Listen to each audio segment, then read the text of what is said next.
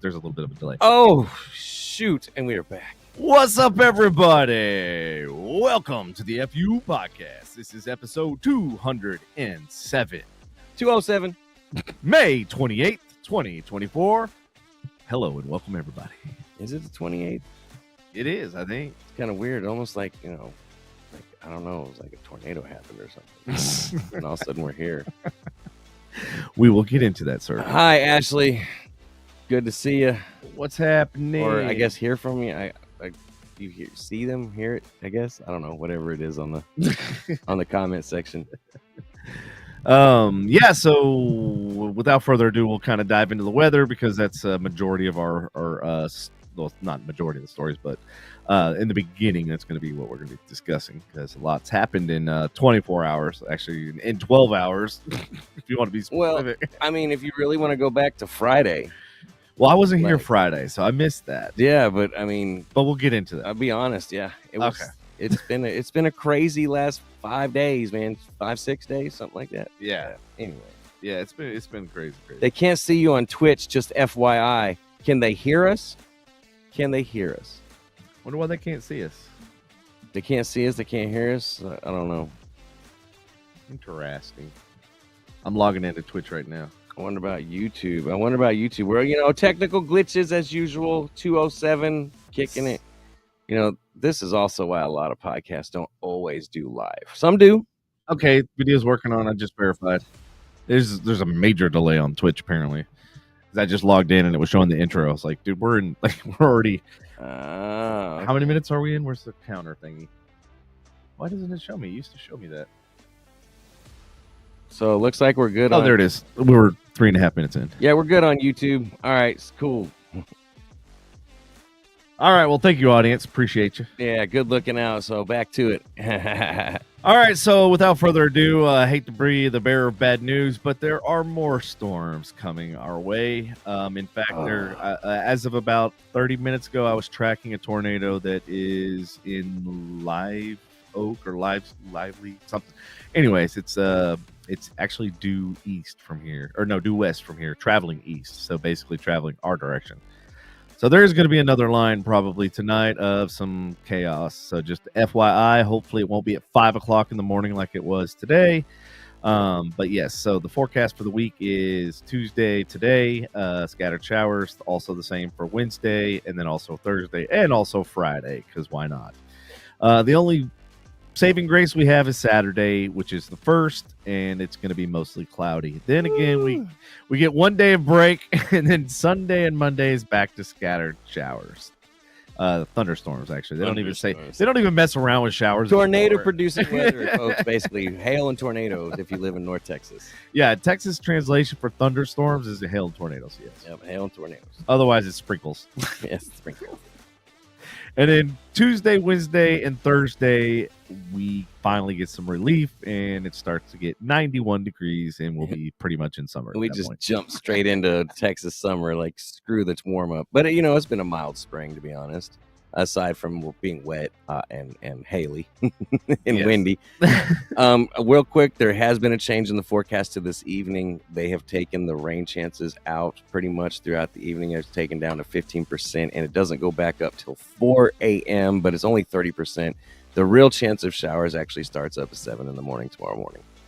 Oh, just perfect timing for our commutes into work. That's awesome. Thank you, Storms. Hopefully it's not in the high winds. We get through the traffic. Right. We'll see. And it's wishful thinking.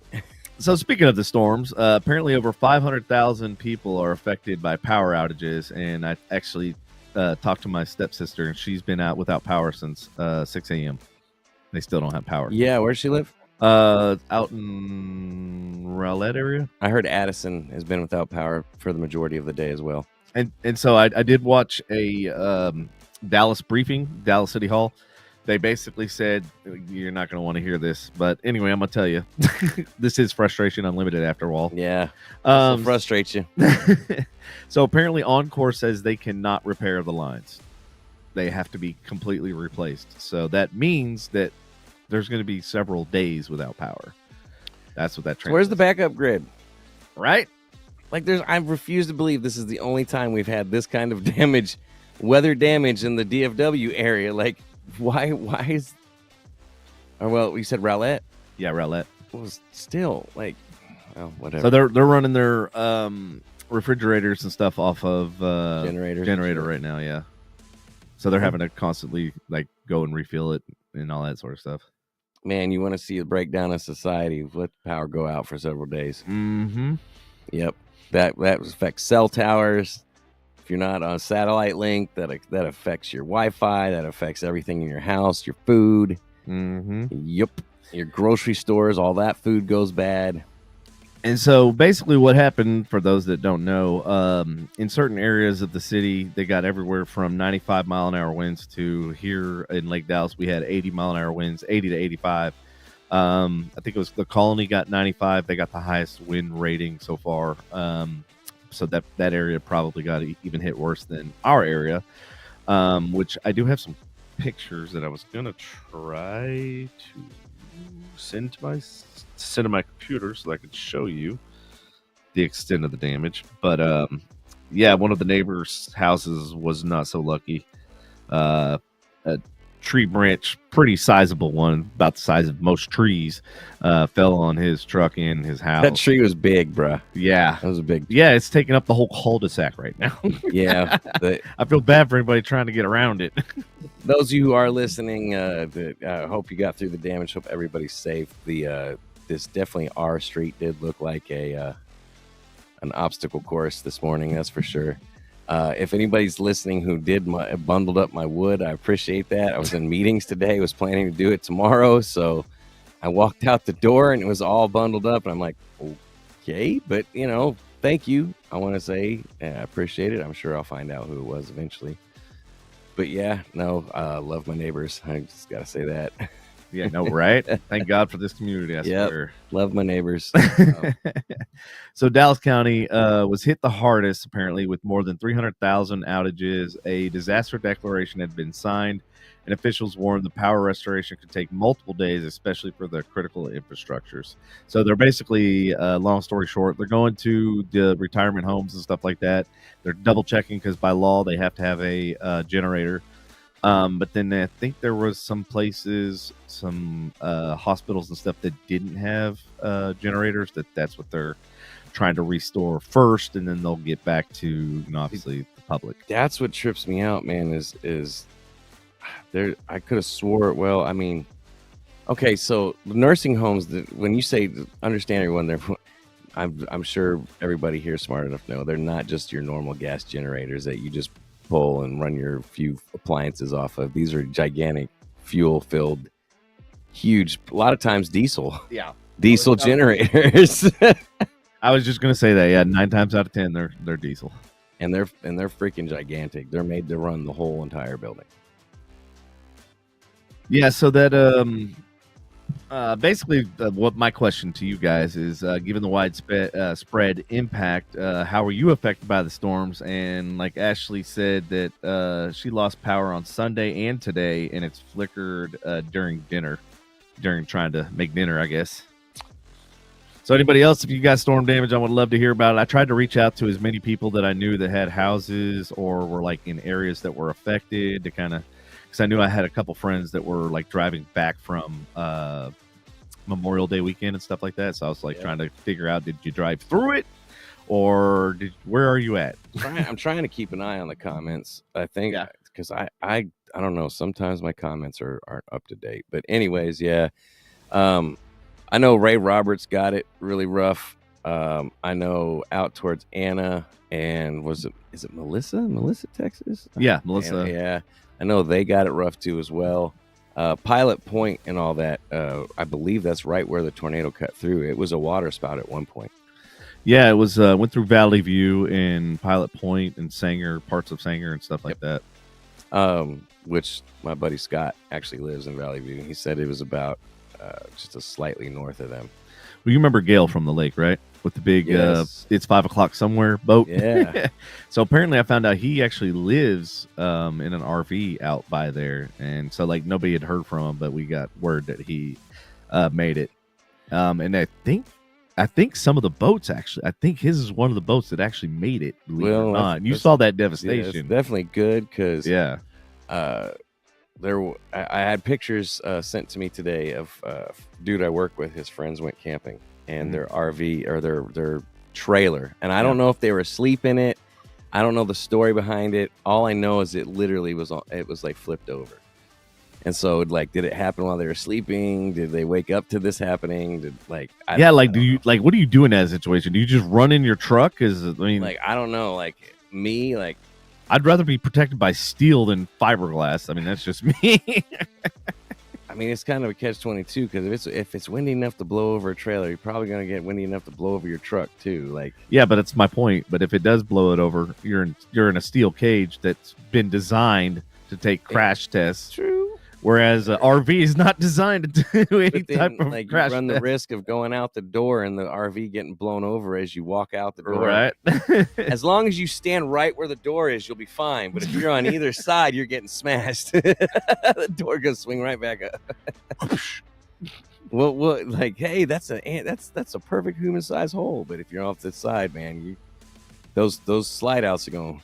So what are your thoughts on the response and the communication from like the local officials and the sirens and stuff like that? Because you kind of mentioned something outside. I don't know. I can't speak for up there. No, I'm talking about here. Local. Here, I was horrible. Yeah. Those winds came through and it sounded like the roof of my house was going to come off, and I heard zero sirens. Zero. And I know for a fact at this point, weather sirens go off for high winds, hail, tornado, and I think lightning or thunder, severe thunderstorms. It's a different alarm, but I know for a fact they go off for high winds, hail, and tornado for sure. I mean, if the winds weren't as high as they were last night, like when it hailed for a minute too, just so FYI, I didn't know if you know. Yeah, but the wind was taking it so. But here's the fucked up part. I wish I would have grabbed some of the hailstones because they weren't round. Because the wind was so intense, they were like almost like triangle, like bullets, bullets, bro. Yeah, you don't want to. I'm like, dude, if I would have walked out there to try to, I get a bullet of hailstone. Don't want to get hit by that, man. That's just no joke, man.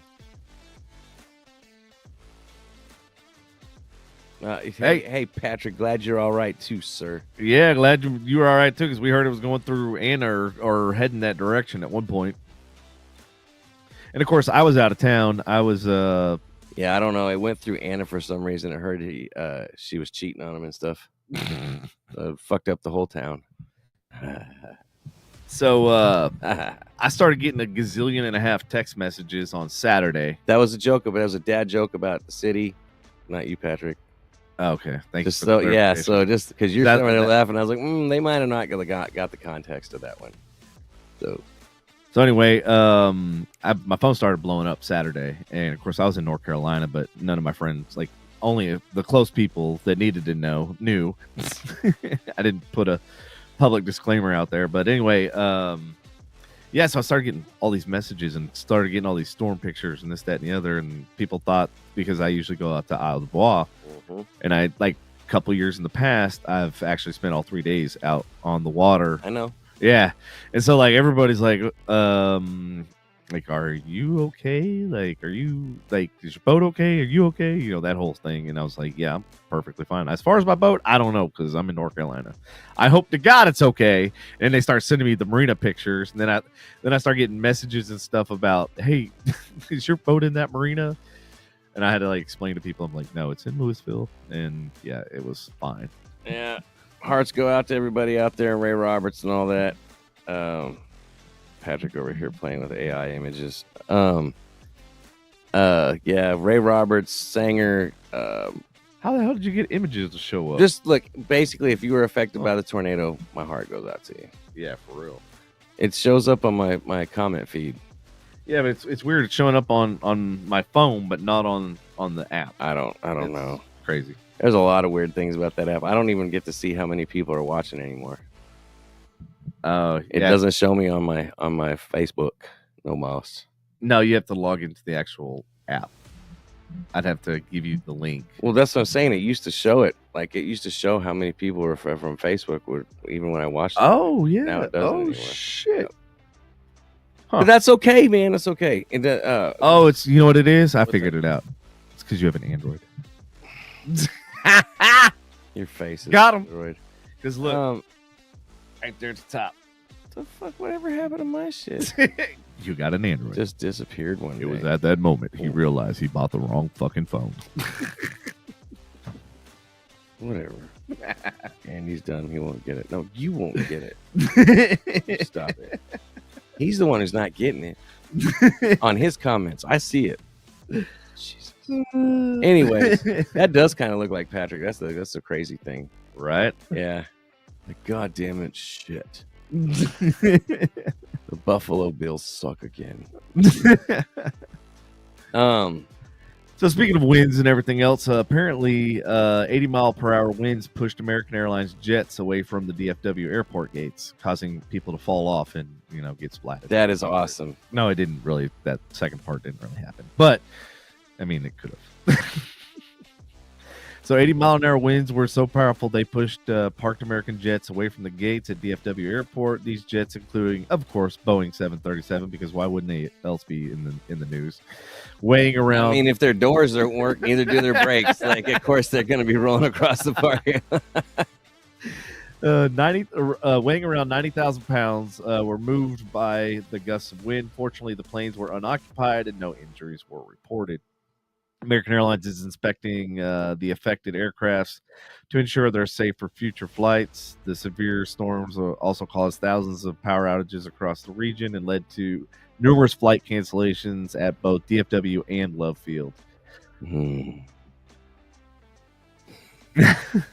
Has anybody experienced travel disruptions because of weather? Because I fucking certainly did. That's right. Yeah, because you were, Fridays when the tornadoes came through. So yeah, absolutely you did. It was a rough weekend, man. Like the way the storms came in and out. Honestly, I thought Saturday was gonna be shit. Oh really? Yeah, it ended up being not too bad. But yeah, no, it was. I can only imagine. Anybody else have travel problems out there? Anybody try to fly in? Anybody flying out? No. Violence, all right, that understood. I'm working too, I didn't have any time to go anywhere either. Yeah, fortunately I did. I got to go to North Carolina. I got to go visit my cousin that has about over 100 acres in North Carolina, and actually, ironically, Dallas, North Carolina. Makes sense.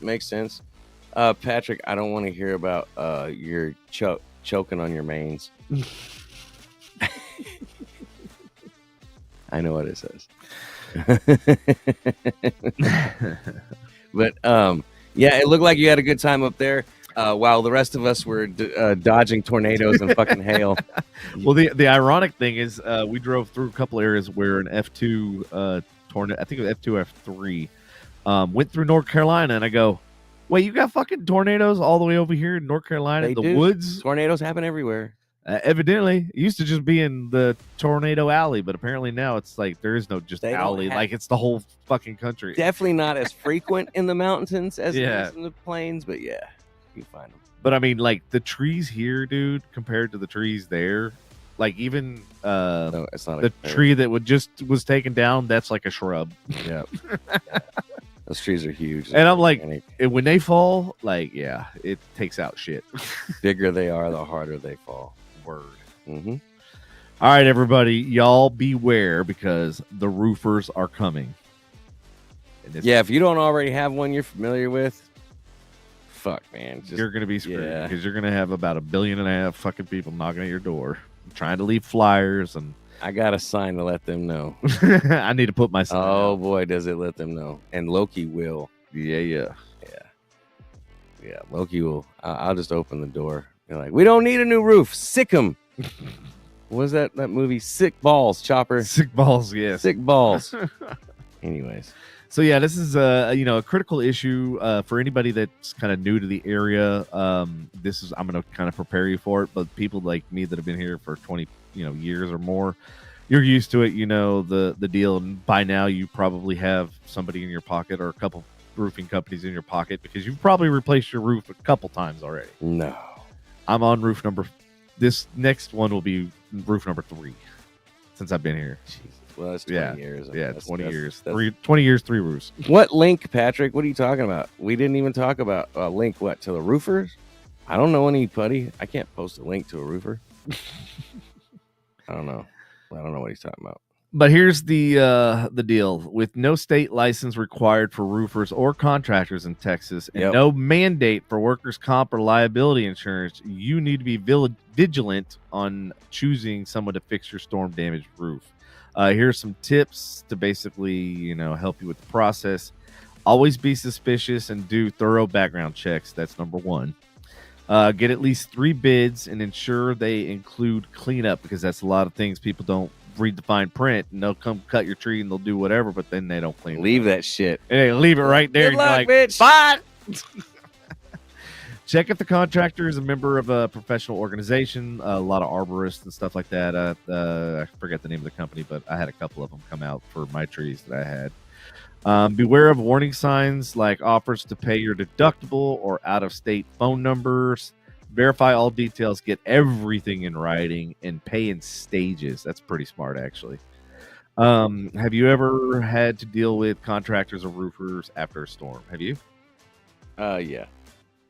But I've never had to actually go through with them because, unfortunately, those of you who may not know, and the rules may have changed, but this is a personal experience, but Allstate, most insurance companies only require 5 hail hits per face of your roof to replace that face of the roof. 5. That's it? 5. Wow. 5 major hits to replace a face. Allstate requires 10. And so, yeah, I didn't have a pleasant experience with them when I was insured under them. I probably will not use them again. But that's just my personal experience. I'm not going to sit here and try and badmouth the company. But yeah, I did not have the best experience with them. But yes, I have. Anybody else out there dealt with roofers? Yeah, the first guy I worked with in real estate, and he did a pretty good job. And then he did my parents' house, and then he also did Dan's house. Well, he royally fucked Dan's house. Excuse my language. And basically he ran out, I guess, materials, and then he went to buy more, and then the second round of materials was not the same color as the first. So his roof looked like weird because it's 2 different colors. Yep. It was 2-tone roof. Yeah, that's that 2-tone. You get that 2-tone, man. Paint dripping. Sorry, go ahead. And then the second time I got the roof, I actually had them go ahead and install gutters all the way around the house, top and bottom, because they only did, I think it was only the top before. They never did the bottom. So what was happening? Oof, yeah, it would all flow to the bottom, and then the bottom would just whoosh everywhere. Yeah, splash. Yeah, so I had them, add the extra, and then I had them come in and put a one of those whirly birds. I had to put that over the garage. Yep. But I told him, I was like, I don't want it to be visible. I was like, you're going to have to be strategic about where you place it, because I don't want it to be seen from the road. That was like my stipulation, right? So they can put it on the backside, right? It's on the backside. Yeah, okay. Yeah. And it's black. So it matches my black roof. So you can't really tell it's even there. Don't be making no comments. I see you over there. I see you. I'm letting it go. Letting it go. So yeah, that was a pretty decent experience, because I got a lot of things fixed. Like, I learned from the first roof that like what I could ask for and what I could get in addition to. And so that's kind of what I did. Is I was like, well, I need this. This needs to happen. And couple of my downspouts were all jacked up, so they replaced all those as well. Mm-hmm. So yeah, I pretty much had a new house, because then I got the house painted and everything else, and it was like moving into a new place. Nice. Definitely kind of nice. Very cool. Very cool. Yes. So roofers, here's the thing is roofers, they tell you they'll save your deductible. Okay? But it's not that they're, so yes, what they're doing technically is illegal. I agree. They can't come out and say it, but if you pay them your deductible and they find a way to put money back in your pocket at the end of it, that is just them absorbing your deductible. Are they supposed to do this? No, they overinflate the repairs, so they get paid what they really want to get paid. That way they can give you that $2,500 back at the end. And sometimes they may not even do that. But That's how they quote unquote save you your deductible. They're absorbing the cost by inflating the supplement on what it actually costs to repair your stuff. So let's say, which in the end we all suffer from, because then it inflates the insurance payouts. Which I'll tell you the truth. I'm going to tell you the truth right now, man. There's Yeah. not hardly anything out there that's not going to make that happen at this point. Crooked or not, dude, it's so bad. It's so bad. Yeah, I know. I just got a quote today. Actually, it's ironically you brought up Allstate, because I just got a quote. They were like, "We can insure your house, blah blah blah, for $1,900." I'm like, "My ass, you can. You can insure maybe the tortoise house in the back." They sent me that same shit, and then they sent me the breakdown of coverage. Yeah, they sent the breakdown. Like, too. if I totaled out my home, I still end up owing like $75,000. I'm like, no, that's not the same. You can't match the fucking coverage for cheaper. Dick face, I still owe $330. You're talking about we can only cover almost was $285 or two. Oh yeah, yeah, it was stupid. I was like at least I owe more, bitch. It's like, at least know the value of, like, get on Zillow for fuck's sake. It doesn't take but 10 seconds and it'll tell you what the damn estimate is. Just use that. Don't fucking I don't know what estimate tool they're using, but it is completely wrong. Because mine was off by like 100,000, and I'm like, I'm not paying 100,000 out of pocket. I guarantee you, if I called them back and said, hey, here's what I need coverage to be, it'd probably be within a couple $100 of what I'm paying already. Exactly. And based on what your experience is, I'll pass on that. Because my company I have now, like, they cover everything. They've covered my flood. They've covered my roof. They're a good company, and I don't have to argue. Like, I had replaced my garage doors before I, filed the claim, and they literally were like, "Just give us the receipt for the garage doors," and I was like, "Okay." Okay. Would you like them physical or email? Like, you know what I mean? Faxed. I can do that too. Like, yeah, and like I upgraded the chain system. That was the original garage doors that make all that god awful noise. Like, mine don't make any noise or anything like that. And they're like the latest and the greatest. So like I upgraded it while I replaced it, and obviously I upgraded to an insulated door so that it stays the same temperature. Ironically, when I had those pipes burst, those 14 pipes in my house, it was the warmest part of the house was the garage. I'm not even exaggerating, dude. I was like, are you fucking kidding me? I was like, it's 14. Somebody get the bed. I'm like, right, we're sleeping in the garage tonight because it's 14 in the house and it's 38 in the garage. I'm like, something just ain't right. No. I mean, that's a good testament for those fucking garage doors. Jesus. So bad.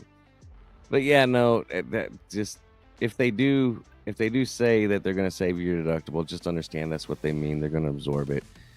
And the really good ones that are actually going to do it for you won't come out and tell you. They'll get the job done, and they'll be like, hey, we saved you this much money, and they give it back to you. And there's basically, it's usually your deductible. Yeah. So as long as they get the job done, take your money from you, and if they decide to give money back, that's on them. The insurance company cannot do anything. But if they lead off by saying, hey, we'll save your deductible, keep it in your pocket, like, that's when you got to be like, okay, you don't know what you're doing. Or explain to me how that's going to happen exactly. Yeah. You going to write me a check for that, or how's that going to work? That's definitely somebody doesn't know how to properly save somebody a deductible. Right. So from roofing and storms, let's dive into barbecue, because Texas, is known for its barbecue, and so is North Carolina. And it was ironic because they were smoking brisket in North Carolina. Oh, it wasn't the devil's lettuce? No, it wasn't the devil's lettuce. All right, go ahead. And they're like, oh, yeah, but you probably got the best, barbecue in Texas, but, this is what we have in North Carolina. I was like, man, North Carolina's known for their barbecue as well. Kansas City, North Carolina, or the Carolinas, I should say. Here's where I have an issue. What? I take up major issue with their fucking barbecue. Why is that? Those motherfuckers put coleslaw on their pulled pork sandwiches. I fucking hate it. And yes, those are strong words. I do not like fucking coleslaw, period, let alone on my fucking pulled pork sandwich. Give me onions or something. You know who else does that? Marty B's is one of the top selling fucking barbecue sandwiches. And they get it from and they get that shit from North Carolina. I'm like, hey, that looks great. Hold the fucking coleslaw. Keep that shit in North Carolina. Like, honestly, North Carolina, if you like their sauce, the flavor of the sauce and stuff, and the like mixes, yes, they're very, very good. Texas runs right there with them, but Soon as they put coleslaw on it, I was like, fuck you, Texas is better. Couldn't help it. So, Goldie's is a top-ranked barbecue joint founded by friends and pitmasters Jalen Hurd, Johnny White, and Lane Milne. Yes. Opening just before the pandemic hit, they've preserved and now also run Ribbies, a new rib shack offering 4 flavors of baby back ribs and special beef rib. So I've not made it out to Goldie's yet. Where is Gold? It's in Fort Worth. Fort Worth. Yeah. I believe it's near the stockyards. I may be wrong on that. I'm like, is it close enough to my office in Arlington? Because I will drive out there for food. They were voted the best barbecue plate in North Texas last year or 2 years in a row or something like that. Mm-hmm.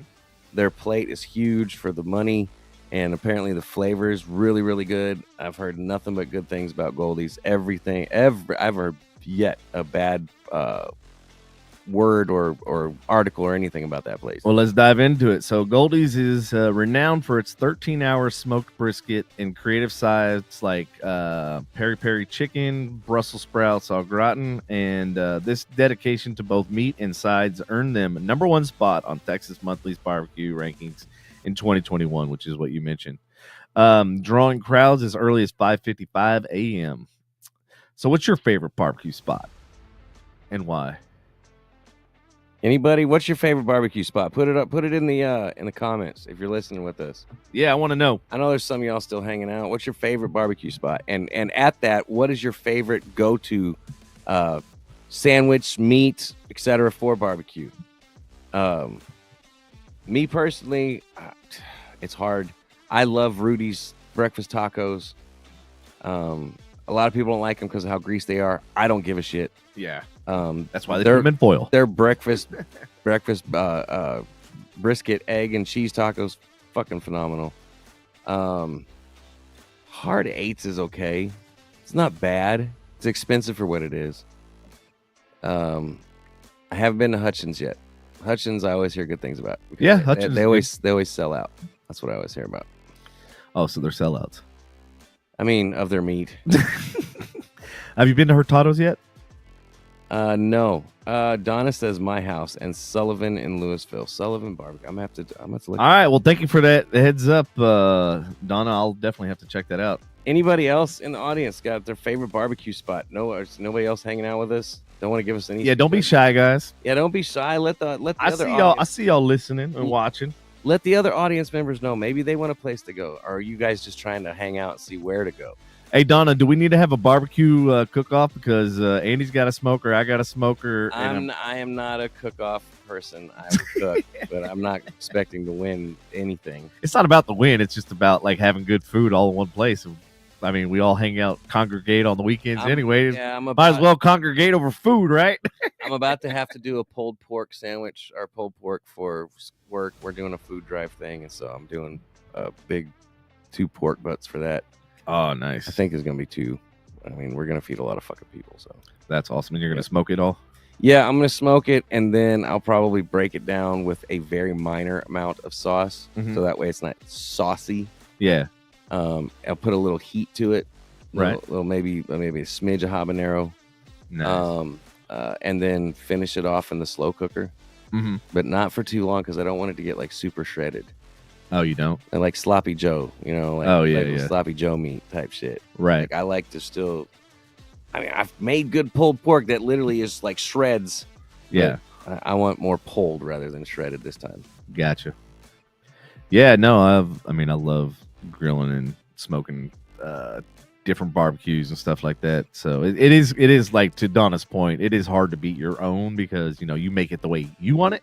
Oh, there's a lot of people that beat their own. Yeah, and like you practice like with different seasonings and spices and stuff like that. I know I have my own secret little sauce collection that or seasoning collection that I've made over the years. So I always keep those big ass empty containers because then I can. I make a secret sauce out of not so secret sauces. Like that's the only way I know how to really describe the shit that I make. Byron says Blue Bonnet Barbecue right outside of Ennis. Donna said neither is Jerry. We did ribs this weekend. Fingers crossed it still seals since it took a face. Oh, because of the winds, took a face plant this morning. Yeah, yeah. Needless to say, that my barbecue and even that flap is all safe. That whatever that is over the corner of my yard. Oh, that sail? Tighter as could be. That's not good. stretched out, nothing. Because I was worried about it, wind catching that shit. Taking that fence. There goes Andy's fence. Well, that's what my first thought was, how finicky your fence is. I was like, dude, that wind is like, Andy's probably not gonna have a fence. I get worried about Sean's. Well, I did get worried about Sean's got a hard top for a pontoon boat sitting up against the fence. So kind of. But I think he also said there might be a shed in front of it. So I'm kind of like, okay, that's not that big a deal. Right. The wind, that plastic crappy shed I got for my lawn storage and shit. Yeah. Sure enough, man, the wind took it off the base and moved it over. Wow. Like, I had to like muscle it back over. Jimmy, like use my hip and stuff, and like and like lift and push, and yeah, it was pretty wild, man. But anyways, Donna says barbecue should not need sauce. I agree, but I like barbecue sauce. I just do. I love spicy barbecue sauce. Like I gotta have a little bit of kick to it. Like, I agree. Sauce to me like sets it off. So I love steak, right? And real good steak doesn't need sauce, right? Yep. But I like season it though. I like pick a pepper. Like I'll eat a steak without sauce, no problem. If it's made right and got good flavor, absolutely. But if you got pick a pepper anywhere around me, I'm gonna fucking use that on the steak. Like it's not like I got to use A1, but pick a pepper is like, if you haven't had it, I don't know how to describe it, but it's like steak sauce on steroids. And I like the flavor. Where the hell do you even get this? I've never even heard of it. Tom Thumb. I found it in Jamaica. That's where it's from. It's from Jamaica, but I found it at Tom Thumb and Albertsons. But the thing is like, people always talk about that though, is like, if you need to put sauce on a steak, it's not cooked right. But the thing is, what if you are a person who just likes A1? Are you only supposed to put it on your burgers? No. Hey, I'm a guy who likes A1 sauce. I like A1. I like it on all kinds of shit. So because like I put a steak in it, I'm fucking cursed now? No, I just like A1. I just hate when because I've worked and opened and managed steakhouses, and like when I see somebody asking for Heinz and all that stuff, I'm just like going. But you gotta understand, like they may just like steak like that, dude. Now when I worked at Hillside, I not only said your steaks suck to the cook, I said, I want to watch you cook them. And then his response was, why don't you get back here and show me how to cook it?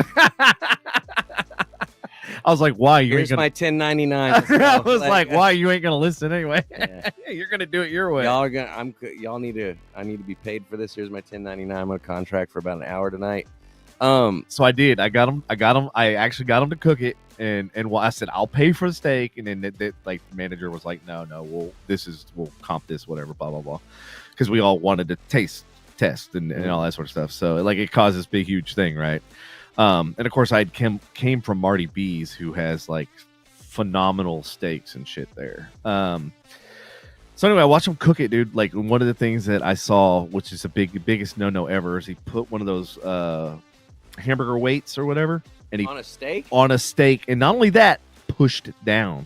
So what that does when you're cooking a steak, instead of keeping all that juice, I know what it does. Yeah, it basically turns your steak into leather. That's the only thing you should be using that for is if you're making one of those smash burgers, right? Like when I saw him use them on the burgers too, I was like, oh, dude.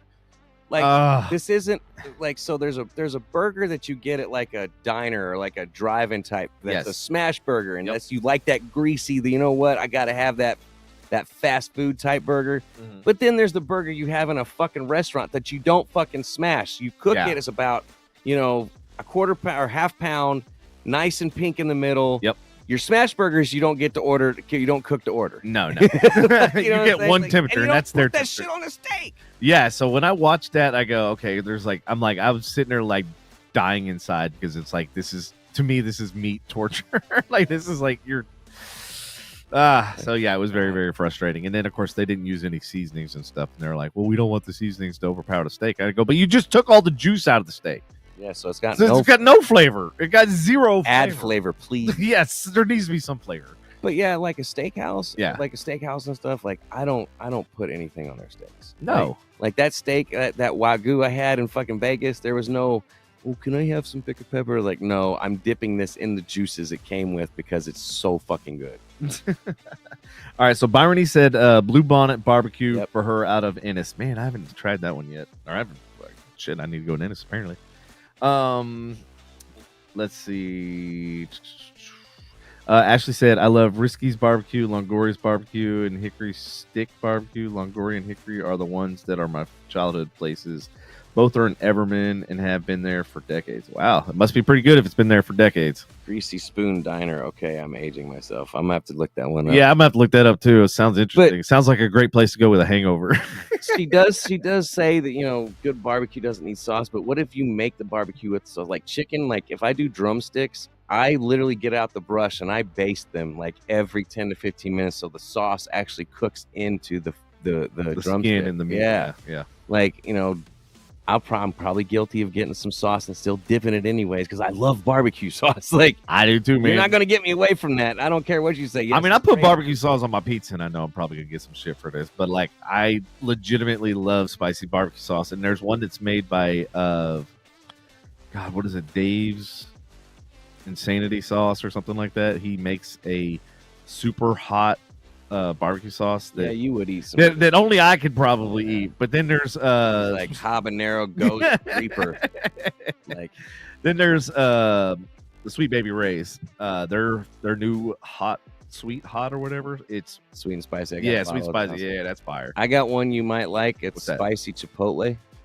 It's pretty good. It's not your heat level, but I think you'd like the kick on it. That was it's Baby Ray's too. So when I think of Chipotle, like I obviously think of Chipotle the restaurant, but those burritos, dude, like if you eat their burritos are good, don't get me wrong, and if you get the whatever, the bowl or whatever, that's how you cheat the system. It needs, yes, I know, and I'm pretty good at it. 3 days worth of food. Anyway, their Chipotle sauce on their Chipotle burritos or the you know, the bowls or whatever is like phenomenal. So that's the only thing I use that on. So when I think of Chipotle or any of the seasoning, I think of burritos. I think of Oh, so Chipotle's got like that. It's like a smoky pepper flavor. Yes. You know. Yep. And they Baby Ray's makes a spicy Chipotle that's really good, really fucking good. That's awesome. I'm definitely have to try it. Anyway, so yes, so we got a lot of good suggestions for barbecue. Some good places we might have to check out now that we've got a bunch of places listed in the. Patrick never called in either. What happened? I don't know. I sent him the link. Yeah, we posted a link, brother. But yeah, maybe somebody saw him watching and said, "Don't you get on that show?" Could be. So speaking of barbecue, yes, customers' shocking experience with Dickie's barbecue pit, which is funny because I was waiting. Really, I was waiting for somebody to say Dickie's. You notice how nobody mentioned Dickie's at all? An outrageous response to a complaint. This shocking story involves a local female named Destiny Marie, a customer of Dickie's Barbecue Pit in Kaufman, Texas, which I don't know if that's over. Kaufman. I think that's over by Ashley-ish. After having a terrible experience with the service, Destiny reached out to the restaurant to give them a chance to make it right. Instead of an apology, she received an insult and profanity to the fact that, I'll get into it. To make matters worse, the person who sent the message publicly outed himself, harassed Destiny, and even threatened her business. Yeah, that's how intense this got. So this was a customer that did this? No, this is the Dickie's general manager reacting. So to make matters worse, the person who sent the message publicly, so the GM, publicly outed himself and then harassed Destiny, which is the customer, and even threatened her business. So she has her own business, and he went after her business. Oh boy. Yeah, so the police were called and action is being taken. And here's the best part. Although Dickie's National reached out and offered her a $100 gift card, which was declined. What? Yeah. Oh yeah. No, this is good. This is why I pulled it. Oh shit. Which was declined in favor of a refund. The situation remains unresolved as Destiny has no intention of returning. I would love to hear your thoughts. Like, have you ever experienced something similar? And how do you think the business should have handled the complaint, the feedback? And I think the latest update on this, he has been fired. I should fucking hope so. Dude, but it took like almost a week. It took like 4 or 5 days. Well, that's the problem with HR these days. This was in Texas. So it's at Will State. They could have canned him immediately if they wanted to. That's my whole point. Well, then they have to worry about unemployment though. If they Yeah. can. I mean, there is that. Yeah. What do y'all think about that? Have y'all ever had experience about that, or what are your thoughts on this? I think $100 is a slap in the fucking face. Yeah. I would have been like, bitch, I'll see you in court. y'all, this is I've got pain and suffering. I'm going to see a counselor. I don't know if I can get up tomorrow and face the day. Right. Your employee it made me scared to go to my work. I'm afraid for my business. Like, yeah, I'd milk it. Anybody got any kind of experience like that, or what you think about that? Because I'm going to ask a question on once we get some answers on this too. I got a question for y'all too. It's barbecue related. All right, so I posted up on the screen right now. I don't know if you can see it, Andy. It says this is from, and obviously you can see it's branded. It says Dickie's Barbecue Pit. It says wow. He sent it from their page. No, this is her sending to her. So she's on the right. He's going to be on the left. So she says, "Good evening. Not the message or review I had hoped to send. Ordering eating here for the first time, and on top of that, went on a whim as a single mama treating herself and kiddos for Mother's Day weekend. I ordered curbside online. Arrived 8 minutes after my order. Young man came outside and informed me that my meal had been changed. One of my items were sold out, and one of my meats as well. Okay, I changed them and moved on. Arrived home, and my son's side was missing, and the roll was missing from the plate. And let's see. Where is it at?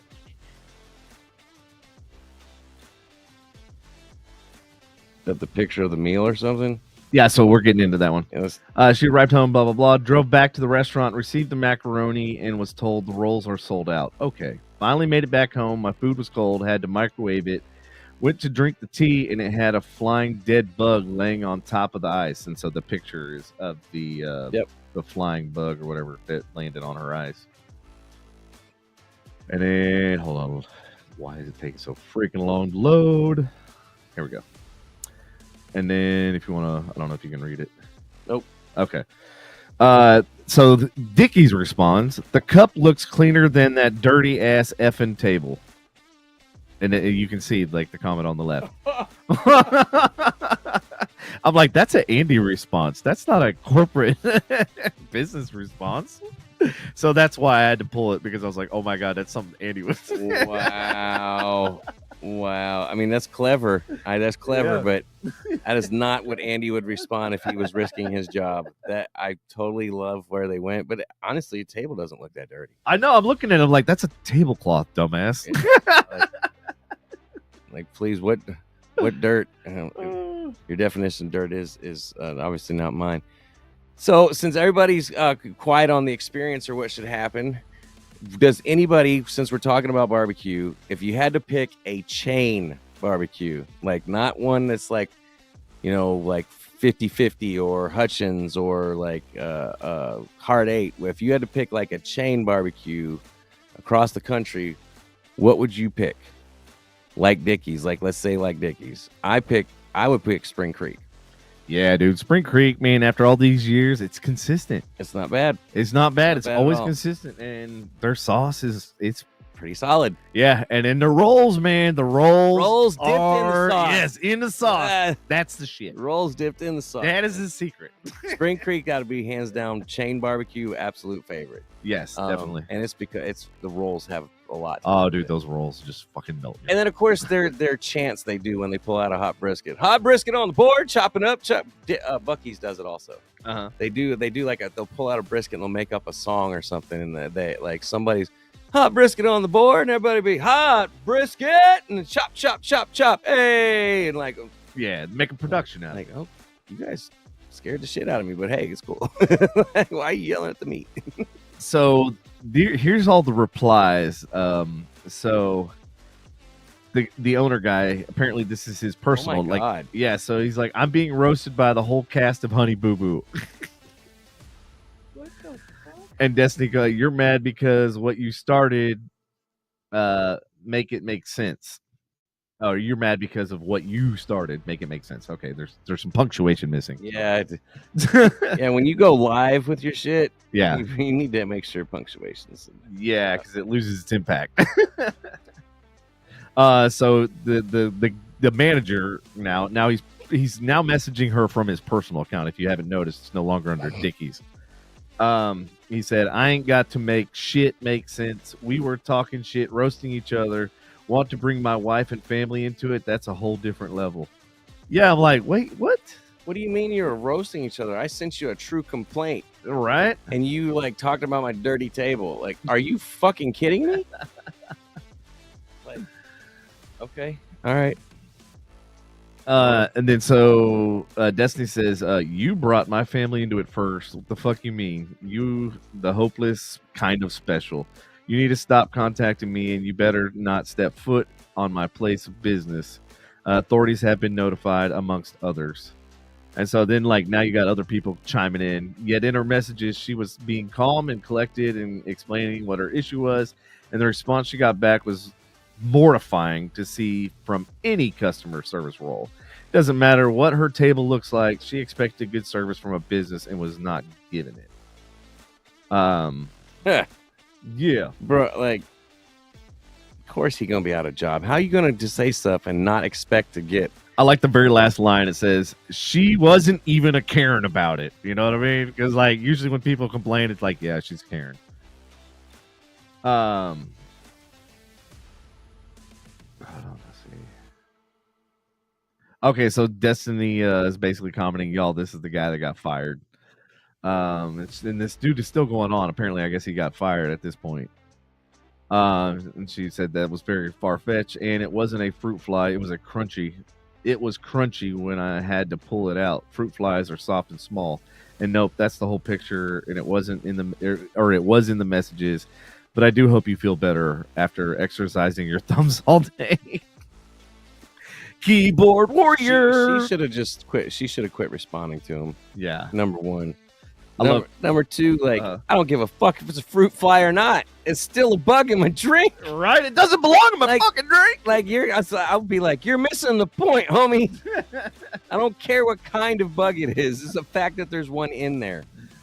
Yes, I know. That's the fucked up part.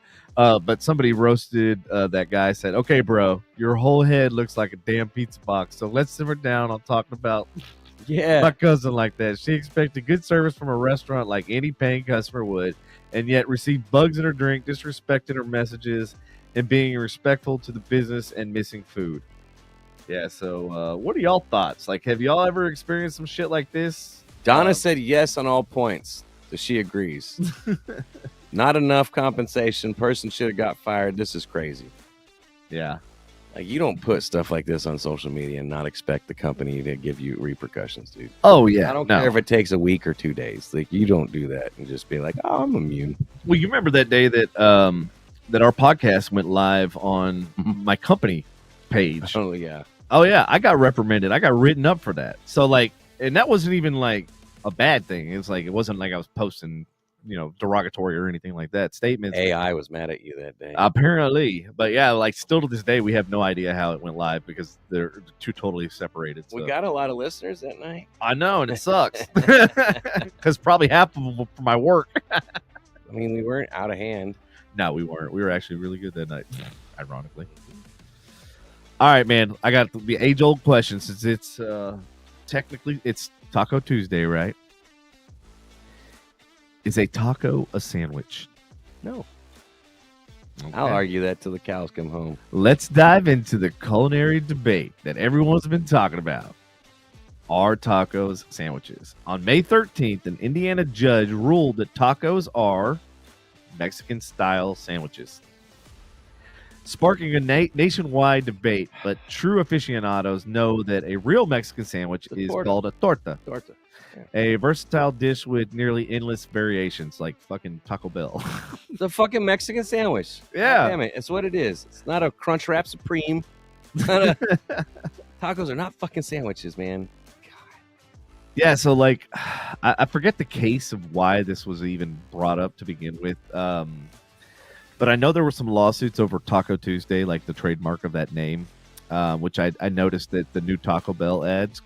Kudos to you, Taco Bell, for finding a way to circumvent that by spelling it TWO, Taco Tuesday. So instead of it spelling it TUES like you normally spell Tuesday, they spelled it TWO. Yeah, SDAY. Fucking brilliant. I'm get too. No, they're not sandwiches. I don't give a fuck what anybody says. That resembles no way, shape, or form a sandwich. Tortas are you use fucking bread to make them. Well, hold on. Bread. By definition, a sandwich is a bread followed by meat followed by bread. What is a taco? Bread, tortilla. Meat, bread. It's not bread.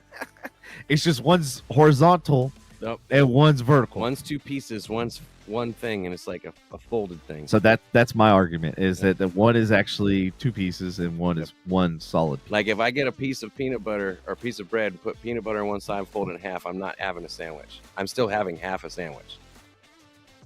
Yes, what he said. Taco is not a half a sandwich, so I couldn't even say it in that. Like I understand, like it's making sense in my head and not y'all's out there. Like most things, but that's what I'm saying. Like it's still not a sandwich. Yeah, no, I don't agree with that at all. I don't think tortillas are. I mean, I get it's a grain, but I don't. To me, it's not bread. That's not bread. Until you get those like flat breads, and it's called flatbread. Fuck, it's man. Literally in the name. Like maybe a chalupa. I feel like a chalupa has more of an argument to be a sandwich than a taco because at least those taco shells are fluffy. Yeah, are a little. They're poofy. They're poofy. They're bouffant. No, but I'm just saying they have more qualifications than a taco does. Right. No, I agree 100%. Fuck, man. What do you think, audience? I never even thought. I know that was literally my next question. Thank you, Ashley. Is a calzone a sandwich then? By their definition, it's that's bread. That's motherfucking bread. Stuffed with, yeah. So that's bread. That's stuffed bread. Torta, Spanish. Calzone, Italian. like, yeah, that's bread. I'm sorry, you're with the taco. You're really wrapping something unless it's a hard shell. You're filling something. But yeah. you do fill the taco shell with meat. With meat. Lettuce and cheese. Kind of gross. Sometimes you put a little sour cream on the sour cream. Sour ski. I mean, yeah. Sour ski. Damn it! Stop. But no, yeah, I'm. The jury's out on that one. What do you think, audience? Do you think a taco can be considered a sandwich? And in that same likelihood, what's better, the taco or the chalupa?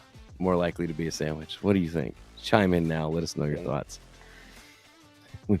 We might even shout you out. I don't know. Like we have been already. Hey, we totally encourage audience participation. Man, do you have any celebrity news going on? Because I've got one that's really crazy. Yeah, go ahead. No, I don't have any. Let me see what the audience says about the sandwich thing first. I want to leave that. Well, we can go ahead and we can. I want to leave that brainchild out there for a second. Our taco sandwiches. I'm sure Patrick would have an opinion, but he ditched out and didn't want to come on the show. I know. Send me the link, but I'm not going to show up. Anybody going to chime in?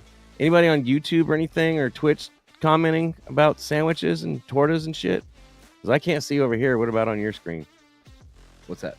Anybody else? No, I don't see other it. Platforms? Nope. No, but man, nobody's got an opinion. Man, I keep getting these more and more like people messaging me storm pictures and shit. Now I got some from across over there. Not the colony. What's that one that's over to the left? Your mom's house. Yes. I mean, no, that's the that left. Way. Which way? So if you cross over the bridge, that's like going the colony. Which bridge? Oh, going towards the colony. Going towards Little the colony. Elm. You take a left right after you pass that bridge. I think it's El Dorado. Like you take a left on El Dorado. Yeah, that's all a Little Elm area going up in that way though. No, but it's called something else. That area over there. Anyways, Santana. No, Lantana's the other direction. No, that's over by my parents. I said Santana. Oh, Santana.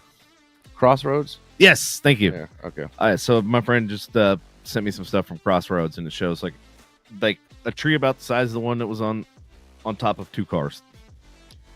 I have a bad feeling that tree in front of my house is going to come down before the summer's over, or at least have a major impact on something. But yeah, no. Moving right on along to this is kind of an eye-opening fucking story to me. I think it's fucking stupid. So, and this is the headline: Ohio billionaire taking new sub to Titanic site 1 year after implosion. Yeah, so riding down there in a tin can with PlayStation controllers wasn't dangerous enough to do it once. We're doing it again, Devin. I can't believe it. That's like, you failed the first time. Like, what? A billionaire is diving to Titanic depths in a deep sea submersible to reassure those wary last year's Ocean Gate incident. The watercraft industry is safer than ever. Seriously. Real estate investor Larry Connor from Dayton, Ohio, is set to dive over 12,400 feet. That's actually 2.3 miles underwater to the infamous Titanic shipwreck site in a brand new $20 million two-person submersible alongside Triton Submarines co-founder Patrick Leahy. So is 20 million, I'm assuming, is more than what they spent on the tin cans they went to in the first time. I mean, basically, let's not get it twisted. It was basically a burrito, since we're going on the taco theme. Yeah. It was a burrito underwater. I really hope they're not using freaking aftermarket PlayStation controllers for this again. Like, I mean, at least get the DJI goggles, where you can like look around and shit. Well, Connor hasn't disclosed the exact timing of the expedition. He assures the vessel, dubbed the Triton 4000/2 Abyssal Explorer. That's a fucking mouthful. Right? You need to go ahead and come up with an acronym for that, or abbreviation, is designed for repeat voyages to the Titanic site. Connor told the Wall Street Journal, Patrick had been conceptualizing the vessel for over a decade. So what the fuck happened with the other one? Why didn't they conceptualize that one for over a fucking decade? Well, that's probably the problem, is they conceptualized it instead of building it and testing it. The reason it took so long is because they had to wait for the perfect combo of materials and tech to bring the vision to life. But the last one, they're like, you know what? Fuck it. These are cool. They probably made the last one out of paper mache, dude. Yeah, we'll just throw this together. It's going to work. Don't worry. He says last year's Titan sub disaster served as a catalyst for them to finally take action and construct a superior sub. So people's lives going down there in the first place. We had to kill some people to realize, oh man, we should spare no cost. Like, right? What the fuck? Oh man. And that's so fucked up, man. Is like, we're exploring space and shit, but yet so much of our ocean, which 80-90% of the freaking Earth is covered in water, is unexplored. Like, we're discovering species all the damn time. Yeah, we're discovering species that we've already polluted. Oh yeah, we're discovering them because we killed them. We're there already. Look down, find microplastics in the Mariana Trench. We're there, and we haven't even been there. So. I know, that's the sad part. So he's saying their end goal is to demonstrate the journey can be done safely. Well, you know what? I hope you don't eat your fucking words, dude. Y'all should have put this time and effort into the last sub that went. I want to show people worldwide that while the ocean is extremely powerful, it can be wonderful and enjoyable and really kind of life-changing if you go about it the right way. In other words, don't fucking get in a tin can with a PlayStation remote and dive fucking 2 miles under the sea. Yeah, it's easy. It's that simple. You'll remember in June last year, Ocean Gate sub imploded. The fact that it's called Ocean Gate, like, should have all given us the fucking... Haven't we learned anything with the gate? Deflate gate, water gate, like... Bend gate, the Apple phone. Anything with a gate is bad. Wasn't there something gate with the Texas power grid or something? Like, when we... Yes. Was there something around that too? Like, yes, there was. I can't remember what it was. But you'll remember in June of last year, it imploded, blah, blah, blah, blah, blah. Among those on board who perished, we already know was Paul Henry, I don't know how to say his last name, Hamish Harding, and Shahajda Dawood Solomon. Rest in peace. Don't mean to disrespect the names to the fallen. But I can't pronounce them right. But yeah, so I don't know. While it might seem foolhardy to go down there again, another 10-figure dude wants to do it. All he can say is good luck. Good luck, bitch. I just don't get, like, what is the value? Okay, you can see it. You know what? I can go take a fucking camera drone submarine and not cost anybody's lives and do the same effect because you're not seeing it. You're still seeing it in a fucking camera. In a lens, you still have a piece of glass between you and it. There's no glass. That's what I'm saying. There's no windows in these subs, dude. Oh, there are strictly fucking cameras on a screen. Oh, that's stupid. Just send one without people. That's what Why I'm do you trying need to tell people? you. You don't need people. I'm almost positive there's no glass on these. This is so stupid. Yeah, because if there was, I mean, it'd have to be thick as hell. Yep. And the way that they'd have to seal it would be just absolutely insane. Just don't let Boeing have any part. Yeah, don't let Boeing build any of this. No hatches, no doors. Boeing might have had a hand in designing the other one. You know what? Truth be told, might be onto something, bro. Might just have started a conspiracy. Be careful, you're gonna wake up unalive tomorrow. I know, right? How do you wake up unalive? I don't think you wake up. That's sir. No. Do you wake up? No. It's like being late to your own funeral. Get it? Because you're late. Funny.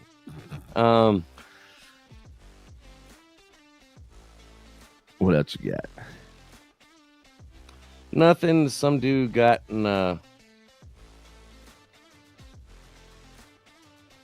San Diego police officer accidentally locked himself in the backseat of his patrol car with a accidentally locked himself in the backseat of his patrol car with a female suspect after she propositioned him to have sex, leading to his resignation and amid an internal investigation, and now has become public. He accidentally got locked in the back seat with somebody who said, you know what, I'm down. Literally said, I'm down to fuck. And somehow he found himself in the back seat of his patrol car. This was in San Diego, folks. This is, I got nothing against. Wait, it's not Florida? No, I mean, it does fit the bill, right? No disrespect to the cops, but ladies, this is your boys in blue doing this. I mean, I don't know. If he's single and he's not married and doesn't have any kids, good for him. If he is, shame on you, you bastard. You shouldn't be hurting people like that, especially in that point of position. But look, if some girl's like, hey, I'll give you some, if you let me go, and it keeps her out of jail, I understand. I get it. If she finds the cop attractive, Yeah, but there's something about Law and Order. You ever heard of that? Law and Order, as far as what though? Well, I mean, I get. You're right. As far as the derelict of duty, yeah, there's all sorts of. But and somebody could say, well, he was using his position of power. Well, exactly. Someone could say that she was using her vagina of power. I think Prince had a song about that, didn't he? Yes, exactly. Is like a Jedi mind trick to some people. Like that cop's trying to, he's single. He ain't seen anybody in a couple months. And it's he might be arresting a drunk hot girl or something. And she's like, I'm down, fuck. And he's like, you know what I ain't had in a little bit. I ain't had my dick sucked in a while. She's like, I'll let you keep the cuffs behind my back. And then he's all sorted and he's like, fuck, man, this is a once in a lifetime, like I said, if he's not single, if he's married and has kids, asshole. Right. Dick face. But if he's single and he wants to risk his career and he's got nothing to lose, that's on him. If he wants to be a dick bag, doesn't mean we got to know him, right? You know what I mean? He's not patrolling my streets. Right. So going back to Boeing and airlines and stuff like that. So I was at the North Carolina airport, right? And got there, 2 hours early, typical thing. And, checking on the flight status and this, that, and the other. And it's like the plane that's supposed to arrive had to make a unscheduled departure in some other state or something. I think it was Virginia, actually. And then, so it was delayed. extensively, and then it was delay after delay. And so, of course, like everybody's phone batteries and everything else, because they're like checking the flights on their, phone. Oh yeah, yeah. So everybody's phone's going dead, right? So you know how they have those power stations in the airport? Mm-hmm. Oh, that was such a pain. Wouldn't you know, every single USB port is broken because people don't know how to fucking plug in and pull straight out. They're like, they grab the cord and just go. Andy, you look guilty over there. Looks like you've done that a time or two. Your whole line of verbiage just was begging for double entendre. Oh, okay, gotcha. I was trying to let it. You were holding the inner kid in. They put it in. They just pull it out without any kind of it happens. Like you can't just go pulling out all willy nilly. Like No, that's man. the thing. You got to pull with firm grip, 2 hands, preferably. You got to finesse it. You got to finesse it. Sometimes you got to wiggle a little bit, and then you got to pull directly out. You go up and then you make the. You go around. Anyways, I don't know what I'm talking about. I'm not finishing this thing. So anyway, I go through my bag because I still have my my camera bag, which has 5 million things that need to be charged in it. Mm-hmm. So I have a charge hub, and it's a quick charge hub because when you have a MacBook, they only I think the minimum is like 150 watts. So like your normal USB-C won't charge it, won't do shit, right? So I bought this badass like block that has literally I think 8 different charge ports in it. They're all quick charge. Several of them are USB-C, and then there's like 3 or 4 that are USB-A, which is like the old schools, So anyway, so I plugged that in, and like I see this older lady next to me, and she's like franticking because I think she had like hearing aids or something, and like they were going, like batteries were going dead, and because it was like midnight at that point. So I see her and I'm like, hey, if you want to use this, because she's like trying to plug shit in, right? And every single one she plugs it in doesn't work. So I see her, I was like, hey, do you want to use this? And then I was like, I'm looking around, I was like looking for other people that are, trying to do the same thing. I was like, I got extra ports if you guys need them. Like, this is a quick charger, so it's going to charge it a hell of a lot faster than the normal. You have extra what? Everybody can use your ports, huh? Charge ports. Thank you for those innuendos, Andy. Decent bigger, huh? I forgot where I was at. Got to bring you back to reality. And so we start talking and stuff, and God, I can't even remember. Oh, she said she was she had another flight, or Dallas was her last stop, or whatever, blah blah blah, that she had come from Florida. And I was like, oh yeah, like so we started talking about Florida and stuff, and then we got to talking about that she used to live in Texas, and that she used to live in like the Fairview area. And so then we got started talking about Fairview and stuff, and how it's grown, and like how I loved it when I first went out there. The older lady? The older lady, yeah. So I kind of gave you kind of an overview when we were out at the pool yesterday, but like now I'm going to go into the details because it's going to bring up topics that we can talk about because it was actually pretty cool. And things that I didn't even think of that this older lady was like telling me about. And I was like, damn, I never really thought about that. Ashley said, I will clip that extra port. Thanks, Ashley. Yeah. Nice. What happens when my mouth starts going and brain's not keeping up. Yeah. It's not keeping up to what the innuendos would be. Like, I'm interested in what that mouth do. Sorry. So anyway, what that mouth do. So we start talking and everything, and then I was like, I happened to ask her, I was like, oh, because they were starting to do the pre-boarding and stuff like that, and I was like, so what group are you? And she says 1, and I was like, oh, cool, I'm group 1, and I was like, by chance, what seat do you have? And she was like 1C, and I was like, oh, I'm 1A. As I was like, you're probably on the other side, and I was like, I'll wave to you or whatever because we're gonna be on the same row. Well, we start to board the plane, and lo and behold, I'm sitting next to her. So they do A, C, and then D, E, or some shit like that. So I don't know why they do that, but that's the way they decided to do it.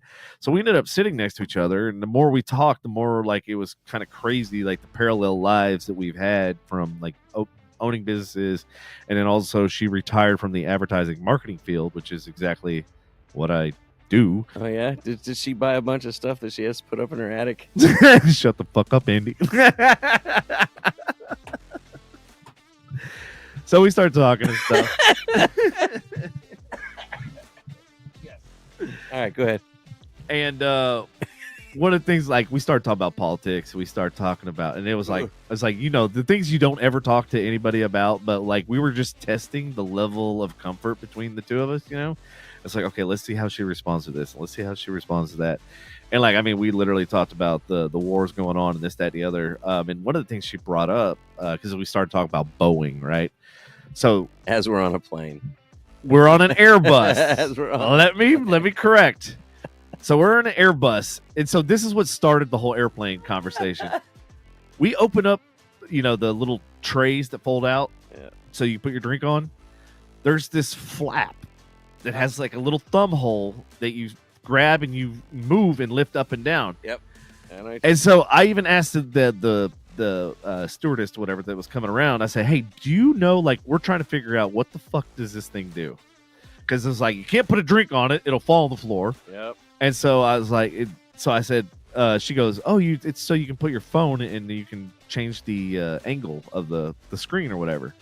And I was like, "Oh, really?" So I put my phone there, and literally the phone just goes falls to the ground. She goes, "I don't know." She goes, "Honestly," she goes, "I hate these planes." And I was like, going, "What?" Hey, Molly, thank you for tuning in. Hey, what's up, Molly?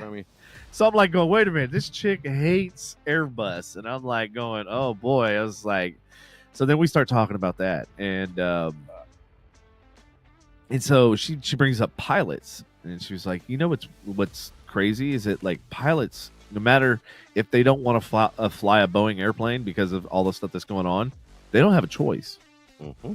And she's like, and it's kind of messed up that you have these unions and everything else that are supposed to protect you and that sort of thing, but yet the pilots don't really have a say and they don't really have a voice.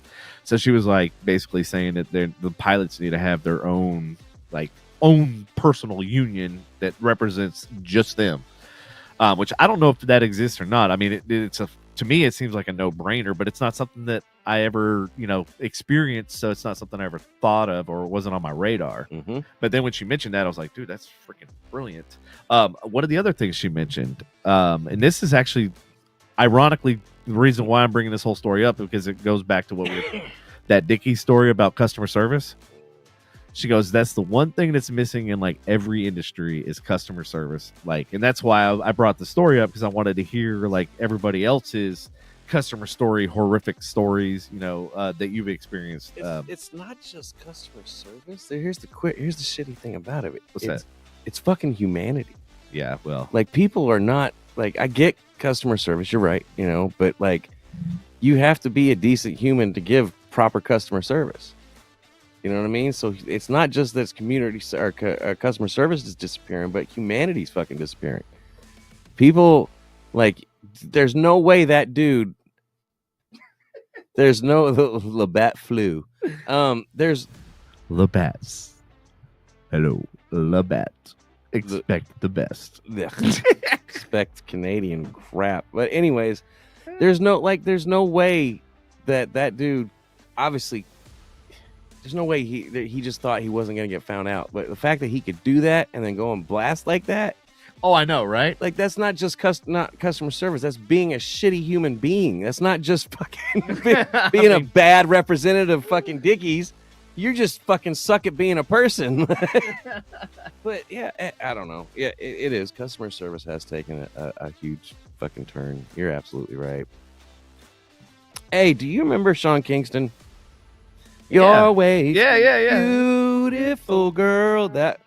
So I don't know. I know he's kind of gone broke over the last several decades. Wait, whenever did he go woke? No, because broke. if you go woke, you go broke. No, he just went broke because he doesn't know how to spend money. He was hanging with Bieber, and Bieber had way more money than him.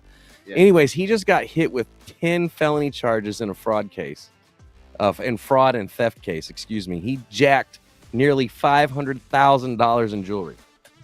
What? Yeah, dude. When he gets back to Florida, he'll be facing a mountain of charges. So the claim is his mother racked up around $1 million worth of merch without paying for it. Trying to see where this was at. According to the arrest warrant issued in Broward County, the singer is facing up to a total of 10 charges related to the raid sheriff's deputies conducted last week, with the biggest one being an alleged organized scheme to defraud several companies. And so, mind you, she went to jail when his career was right before his career got big. His mom went to jail for felony drug possession and distribute. I can't talk tonight. Distribution of narcotics. Oh wow. Yeah, dude. So he's So why is he in trouble if his mom did this? I'm confused. Explain to me. Well, they're both involved in this. Oh, okay. So in the docs, authorities say that Sean and his mother, Janice Turner, ripped off a jeweler, an exotic car dealer, and several other businesses for well into six figures. For instance, the car dealer allegation is over a Cadillac Escalade. An Escalade, $159,000. Whose fucking Escalade is it? It has to be bulletproof. Right. Anybody who pays $160,000 for an Escalade, you suck. It's coming from me. And the jewelry was worth a whopping $480,000 on top of that. Oh wow. He's also facing grand theft charge for an $86,000 piece of furniture. Apparently it was a custom bed. Other charges related to defrauding banks and writing bad checks. His mom is facing a total of 8 charges compared to his 10. Wow. Apparently this motherfucker's on probation too while he's doing all this. So it's a probation violation too as well. Wow. He was on, and you know what he's on probation for? What? Trafficking stolen property. Are you like this motherfucker got out the game and said, I'm not making money anymore. I'm gonna go straight back to fucking Acton Hood. You know what? Are you done with that story? Mm-hmm. You know, this is a good segue. Somebody who got out the game, but actually got out the game for the right reasons instead of this guy getting out the game for the wrong reasons is Terrence Howard. And this is the one. This is what I want to talk to you about. Smart guy. Yes. Yep. So, I don't know if you guys noticed or not, but there's been a lot going on with Cat Williams outing a bunch of people. There's also been Terrence Howard now is coming out and the stuff the level of stuff that he's talking about, it literally has to be dissected in chunks just so you can understand it. Because if you watch the whole Joe Rogan podcast, which I know I'm cross promoting, but who gives a shit? Go Joe. Fans, okay. Yeah. So the interesting thing is he's so brilliant, and you never in a million years would have known that he has a brain behind his acting skills and stuff like that, because super smart. Yeah, he's super intelligent. And now because of his intelligence and because of that podcast, there's people out, and this is a conspiracy, this is a thing that's happening right now. There are people out that are trying to basically discredit him. There's people out that are trying to basically come up with fake, P. Diddy's situation, like Bill Cosby's and all the stars, right? They're trying to basically railroad him now because and it literally happened the day after that podcast aired. Yeah. But now everybody's like, we need to save Terrence Howard. So we need a petition, figure out a way to save one of the good ones. So because he is unbelievably he's beyond Einstein smart. That's how. And he's not woke. And he's not woke. Because he's smart. Yeah, I mean, he's just real. He's the real deal. He literally is telling shit that, it really makes you question things. 1 times 1 equals 2. But we've been taught throughout school 1 times 1 equals 1. But he's literally, if I have... Oh, I saw that. Yeah. If I have one vape and I got 2 vapes, multiply them, I still have 2 vapes. Yeah. I didn't just magically lose one. And I'm like, he's absolutely. I saw that right. I saw that clip. Yeah, he was talking about it. I was like, man. I get what he's saying, but. And did you hear the thing about the no straight lines? No. That was fascinating. I did hear how really he kind of pushed back against old Neil deGrasse Tyson. Yeah, they Tyson deGrasse. Yeah, they battled. I don't know. I didn't get to watch it yet. I think it aired yesterday or today. He pushed back on something with him. Neil tried to tell him something. He's like, if you look at it this way. Mm-hmm. He's and that's why I'm just be honest. I don't like Neil deGrasse. I watched him a few times, but then there were so many times that I'm like, somebody's lining your pocket, and I'm out. Yeah, but he's arrogant. He's got a lot of arrogance to him. He does, and I don't like it. It's not. You're not being a scientist at that point. You're pushing your own beliefs and your own agenda. The shitty thing about scientists, he was one of the people that said UFOs and stuff don't exist, and there's no way they can exist. And I'm like, you're a fucking idiot. Like when he said that, I was like, you're a moron. The thing I saw is that he doesn't believe that they visited us because we would have had a clear photograph by now. Like one of and us, that statement alone. Hold on. That statement alone shows the level of idiocracy, because I can literally debunk that in a nanosecond. When you go hunting, what do? What's the first thing you do? I spray piss on myself. Right. Why do you do that? So I can attract female deer so I can shoot him in the face. Thank you. What else do you do? Be quiet. What do you wear? Camouflage. Thank you. We're a lower level species than something that can travel intergalactically, right? Maybe that's we have camo so that deer can't see us. You don't think for a fucking second they have camo that we can't see them? That's why they're going. They're coming out of Skinwalker Ranch. They're coming out of the portal. Mm-hmm. They look like giant direwolves. Well, and here's the other fucked up thing. So if I drove you to Colorado, right? Mm-hmm. You didn't know where we were, didn't know like that we were going to Colorado or anything. And you said, oh, look, there's the mountains. But what if I drove you to Colorado and I blindfolded you? You wouldn't know that there was mountains. So we rely mostly 90% on our eyesight. And that's the scary thing, is because our eyesight is only one function. You still have taste, you have smell, you have hearing, you have all these other senses. But that's a perfect analogy of why we're fundamentally flawed. Because what you just said, that comment of we haven't been able to photograph them, that's one sense. We have 5 fucking senses, technically 6 if you want to get. So we can smell them. We could. But no, did you? So I watched a special the other day. You know that footage of that alien that like landed in the backyard and they freaked out? They actually did it's a company called Vector, and I've used Vector. You use it a lot in movie production. And the reason why you use it in movie production is if you ever seen those people wear those suits with the balls attached to them, like the neon balls. You know, I had to throw balls in at least some point in this podcast. So what it does is it really hard. It tracks the movement. Yep. Using Vector software, and that company is Vector. They're the ones who don't they use that for like CGI too? Yes, they use it for CGI. So what they did is they applied that Vector software to that fence, where the fence was and where they were running into the fence, and the Vector software like tracked the motion. Like it found the legs, found the torso, found the arms, and then it even at one point the Vector software rotated because the creature or whatever it was in the video actually rotates and turns its head.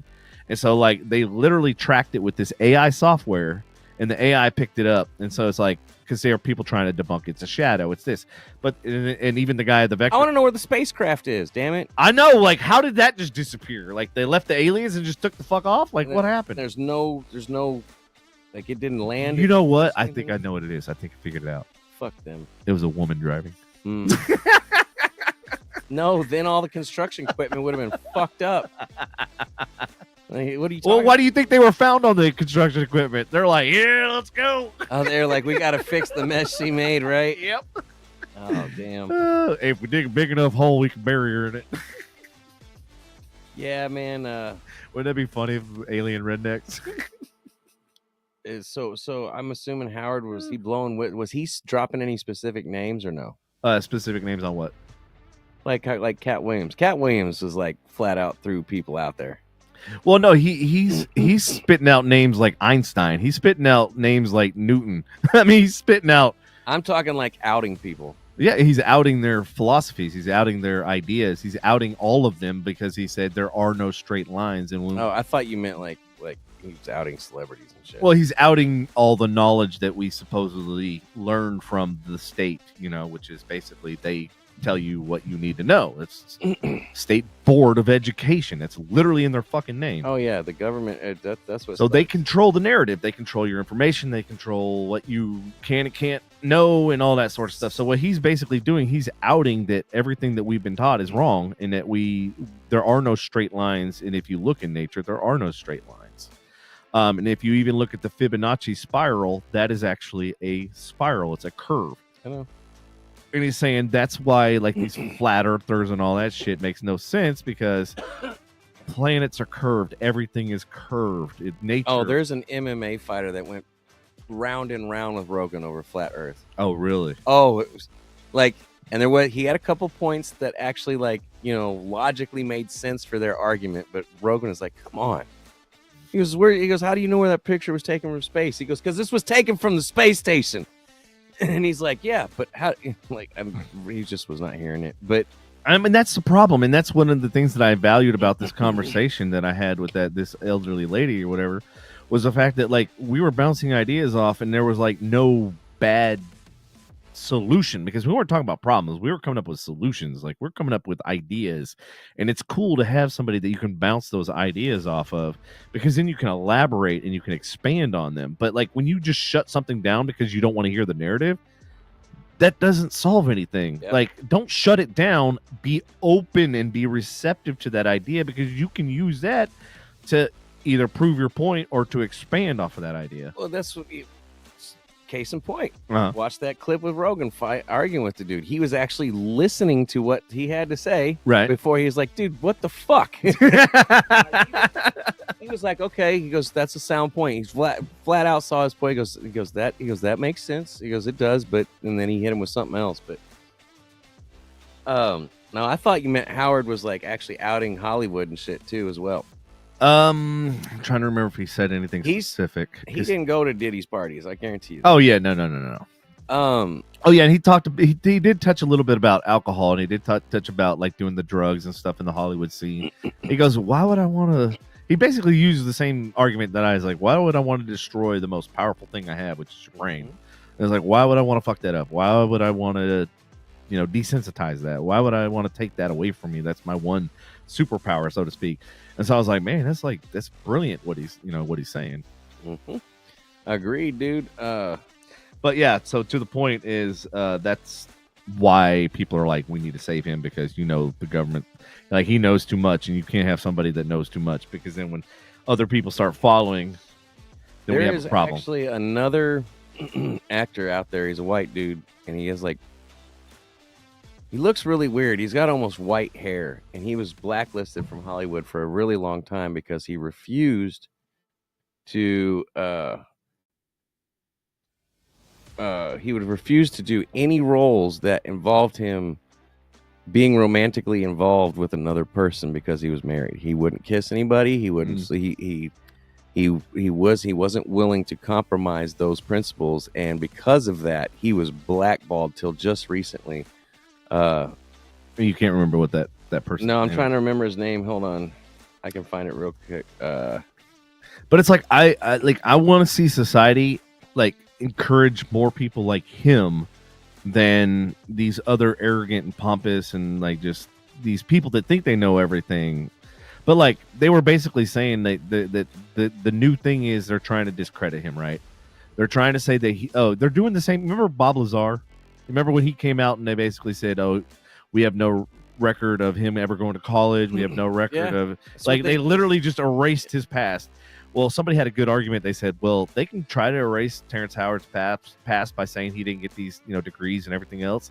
But he goes, at the end of the day, those 92 patents, they're still in his name, and you can't unpatent a patent. Yeah, unpatent a patent. That's the whole. Not yours anymore. Yeah, it's like that's the whole point of a patent.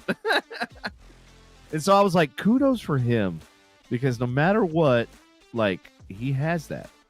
So no matter how many people try to discredit, I mean, and you got to think about it from an argument and from a genius standpoint, right? Like, an idiot's not going to have 92 patents, period.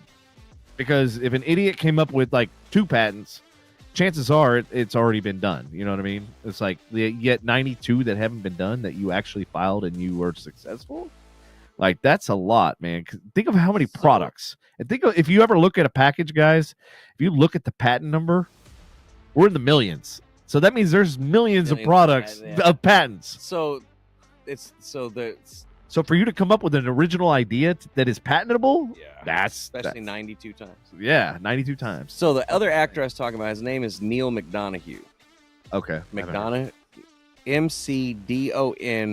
McDonough. Okay. McDonough. But anyway, like that, he was unfortunately for him, he doesn't have 92 patents. Yeah.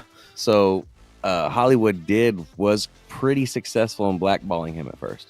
Like he wasn't seen in anything for years, and I think it's Prime that actually reached out to him and got him in a series. I think it was Prime. I'd have to research it, but yeah, he was like, I don't remember the last time. He was like a murderer in a movie like 15, 20 years ago almost was the last thing I saw him do that was big. Wow. And I always wondered what happened to him. And then I saw this whole expose about how he was blacklisted because he refused to kiss any other woman but his wife for a role. See, and that's interesting because like that was one of the questions that I asked, like, what happened to Terrence Howard? Because his career like literally took off. He was like, I know, he was like Mr. Untouchable for a while. Like, I mean, he literally went from this guy too. Like he literally went from a nobody to like an A-list actor like overnight. Like he did Crash, like he was phenomenal in that. Then Hustle and Flow, that was my all-time favorite. He was in Iron Man, like the original one. Was he really? Kicked off. Yeah, he was co-star with Robert Downey Jr. Oh, and that's when that beef started, right? Or is that when it started, or what happened? So what I've read is the two just didn't get along. There was differences, and he didn't like the way RJD did a lot of business on set. But again, he said a lot of this was made up in the news. So we're not getting from his side. It got done. Marvel decided not to move forward with him as Colonel Rhodes in Iron Man 2, and it was kind of a surprise to him because RJD, last time they talked, apparently that he was going to go through with the next role, but Marvel decided otherwise. And so when Terrence called Robert Downey Jr., RDJ, whatever. You can say Robert Downey. Yeah, Robert. He said he called him 24 or 27 different times, and he refused to pick up. And then he saw him at a party and just kind of brushed him off. Which kind of sucks because Robert Downey Jr. is actually joining what's his name, Mel Gibson and Mark Wahlberg. He's helping him out with the anti-woke studio. Awesome. And so for me, so I can't say that. I'm so tired of watching something and you can see the political implementations and the woke. It's like this, and he was part of Disney, which is really crazy. You know what I mean? Well, and the crazy thing, like for me as a director and producer and editor and everything else, it's like I see clearly through the bullshit, and it's like this is not necessary. Like we could take that out of the movie, and it would actually probably be better because you're not pushing a narrative. And I'm like, that's why I have a hard time watching any new movies, is because they're all pushing a fucking narrative. It's like anything from Disney is pushing. Oh, it's so frustrating. And it got me thinking about that because one of the things that Terrence Howard said was the Tree of Life. And I don't know if you know any, and then this is a new conspiracy that I've never heard of, and I had to research it because he talked about the Tree of Life. And there are some theories that are going out that mountains are actually tree trunks and trees that had been wiped away basically by the Great Flood. You know, you've heard the Great Flood, right? So there were trees the size of mountains? Yeah, they're basically saying there used to be giant trees that were miles high. So think about Avatar now for a minute. Think about the Tree of Life and that gigantic tree that got cut down. And like they're basically, I got one in my frame. Yeah, that motherfucker needs to go. That's the Tree of Life. That tree will like live forever. That tree is Satan. But yeah, it got me thinking because I'm like going, yeah, he's talking about the Tree of Life, and I'm like, and then of course I hear that whole conspiracy thing about like, you know, that basically mountains and stuff, and then all the valleys and stuff are where these trees either got uprooted or, you know, and then it kind of goes into the explanation of different erosion patterns in mountains. And if you look at a mountain, if you dissect it, you look at the way the ring, there's rings in it. I know. basically like a tree, right? So that it kind of like, well, maybe there's some credence to this, because if the way the structure of a tree that has tree rings, you count the age by the rings, like maybe there's some truth to this. But anyway, it got me to thinking, and there's this one huge structure, and I can't remember where it is, but it looks literally like a tree was cut completely level. It's not Ayers Rock, which is in Australia. I was trying to research it because I wanted to pull it up for this podcast. Like the Devil's Table or something. It's Utah or something. Yeah, Wyoming. That's the Devil's. Here, I'll find it. The Devil's Table, but that's not the one. There's another one that's even bigger than that and perfectly flat. And once again, going back to Terrence Howard, like there are no straight lines in nature. So it kind of goes, it makes your gears starting to spin and stuff like that. But yeah, like they're just the stuff that I've been studying because of listening to him and thinking of things differently and thinking of. There are no straight lines. I'm like thinking about it. I mean, a tree trunk. Look at a rock. Aside from the branches, a tree trunk is pretty straight. I mean, I guess the branches would cancel that. But I mean, even a tree trunk is not completely straight. Now we plane a tree in order to make it straight. That we run it through a mill in order to make it completely straight. But in nature, there are no straight lines. And so the problem is even if you look at the Pythagorean theorem, and you look at the golden circle, which is the Fibonacci spiral. Devil's Tower. Sorry. Yeah, Devil's Tower. That's in Wyoming. If you look at like the Fibonacci spiral, which for people that don't know, that used to actually be my logo for Edge Entertainment. So on the looks like a shell almost. Yes, and it's based on, I forget the rule, the golden rule. That's what it is. It's based off the golden rule. The perfect ratio is what it's called. But that basically, if you look at a sunflower, it's the same way. If you look at how a wave curls, it's the same Fibonacci spiral. I actually studied it extensively because that's why I have it as my logo for Edge Entertainment, because when you're looking at a viewfinder and you go to snap a picture, you want the Fibonacci spiral where it goes into a real tight circle. You want that to be located on their eye. So because what it does is you instinctively, you focus on that area of the frame. And so if you put the eye and you put them in focus and you put them in that exact spot, then your eye is drawn, and then it tells a story, right? Instead of a flat image, you kind of, it like builds a story and stuff out of it. So anyway, long story short, this is all stuff that he was discussing, and like in how we took the Fibonacci spiral and then we created what? Boxes. So we could understand the ratio by making straight lines. And so he's like, we were failed from the beginning because we had to, in our heads, have straight lines. And so I was like going, damn, man, he's you know some shit. He's smart. He's a smart dude. He's smart. Baby, Lindsay, you're saying I thought Terrence got domestic violence charges. So that's what we were just talking about. Yeah, you missed it. They're trying to slander it. He got blackballed from the industry because he's again not one of those Hollywood elitists, which really trips me out, because Robert Downey Jr. is turning out to not be one as well, but he doesn't seem to be getting blacklisted. Terrence Howard has very obviously been blacklisted since he left Empire. I think Empire was like his last really good run. Empire ran for several seasons and did very, very well. Yeah. And he was good in that too.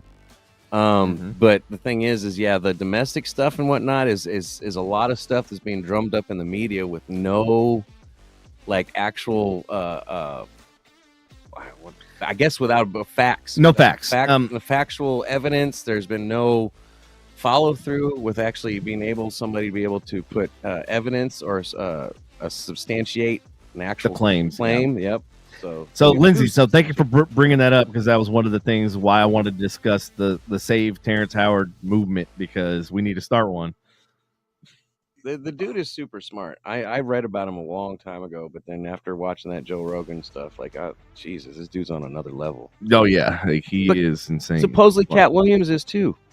Cat Williams apparently has been a member of Mensa for God knows how long, since he was young. That's crazy. So, and you can't really cancel him. No. Well, and that's the thing, is literally a day after, Terrence Howard did that Joe Rogan interview, it basically put crosshairs. Yes, you found it. Thank you. You are amazing. It's in Venezuela. I don't see shit. What Serra are you talking about? Utana. I'm trying to find a good image so I can kind of. Nobody. I'm not seeing this comment. You said thank you. Donna.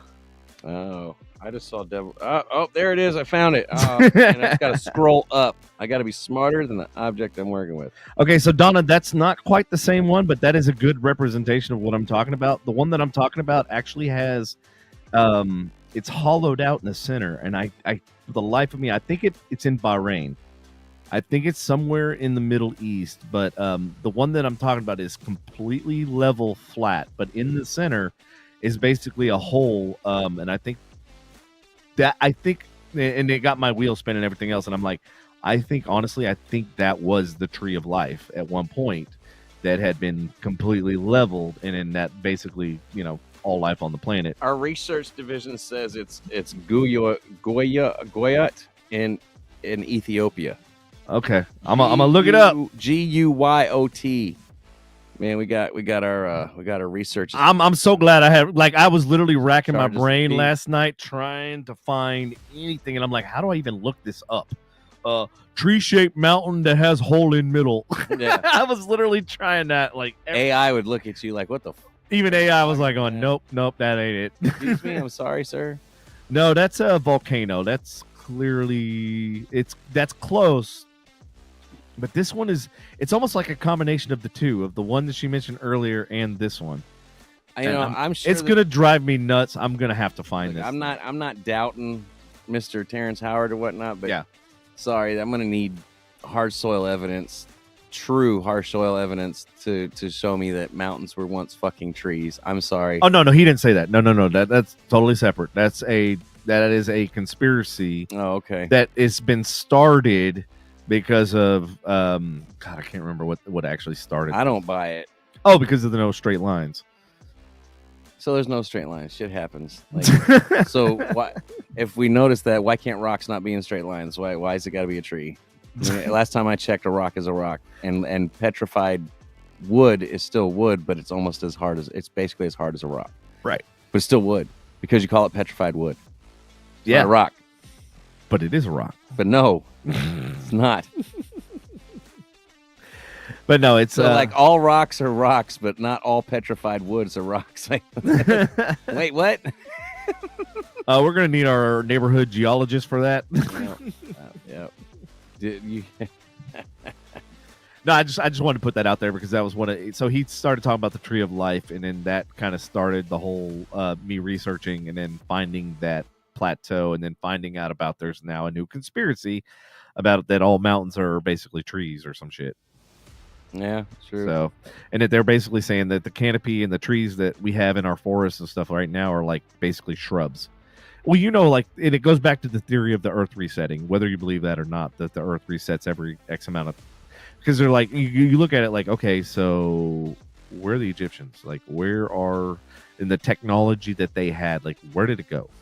You know what I mean? I mean, let's be honest. If we're being completely honest with what scientists have said, that there was like 5 or 8 extinction level events before even the dinosaurs got killed, even before they got wiped out. So, maybe God's winding up. I don't know, man. Dude, it's. Okay, so let's backtrack a little bit, okay? The movie Idiocracy, right? Like where we become so dependent on, like, let's say I just decide I'm not going to learn anymore because I know that you know the answers, right? So, and then other people are relying on other people because they know that they have the answers instead of trying to figure them out yourself, right? Dumb people are going to do that with AI. That's exactly where I'm going with this. That's exactly where I'm going with this, bro. Thank you for hitting the nail on the head. So we become reliant on technology, AI. So then we stop thinking for ourselves and we allow other things to think for us. Well, what happens? We no longer know how. We are no longer independent. Therefore, we are no longer free, and we no longer rely and basically are independent. We now have to rely on technology to give us the answers and give us the information that we need in order to do whatever. Yep. But then it comes to a point where robotics and AI come in, and now we don't even rely on us to do any of the critical thinking or any of the critical movement. But then what happens, like, let's say, hypothetical situation, the world goes ape fucking shit, and like everything gets decimated and desecrated and everything else. Like, all of that knowledge no longer exists. Yep. All of that information and all of that reliance, because we become so reliant on technology, no longer exists.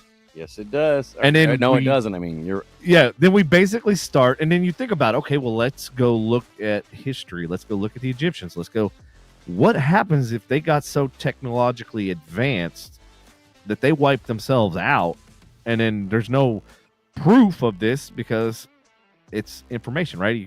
It's not tangible. I think they just left. They just left. What did they do? Them and the Mayans, they left. They left where to go. They got in their fucking. They got in their canoes. You seem pretty cool. We call you gods. Can we hitch a ride with you? And they're like, you know what? Fuck it. It'd be more fun to have more people on. More the merrier. Let's do this. So let's go down that road. So I mean, it's up for debate. Like, we don't know the answer, so let's debate it. Let's talk about it. So like, if that was the case and they beamed them up, why would they do that? What would be the advantage for a outer civilization? Maybe because they weren't. They're like, we got to grab them now because before they start acting like what we act like now. It's like, shit, we got to get them early. Exactly. Just like getting kids young. You teach them young, they won't know any better. But let's play even more devil's advocate and play hypothetical here. Like, what if you were the higher being? What would the being below you? What would they have to offer you that you would be worth saving them? Like, what could they do to give you their saving grace? Like what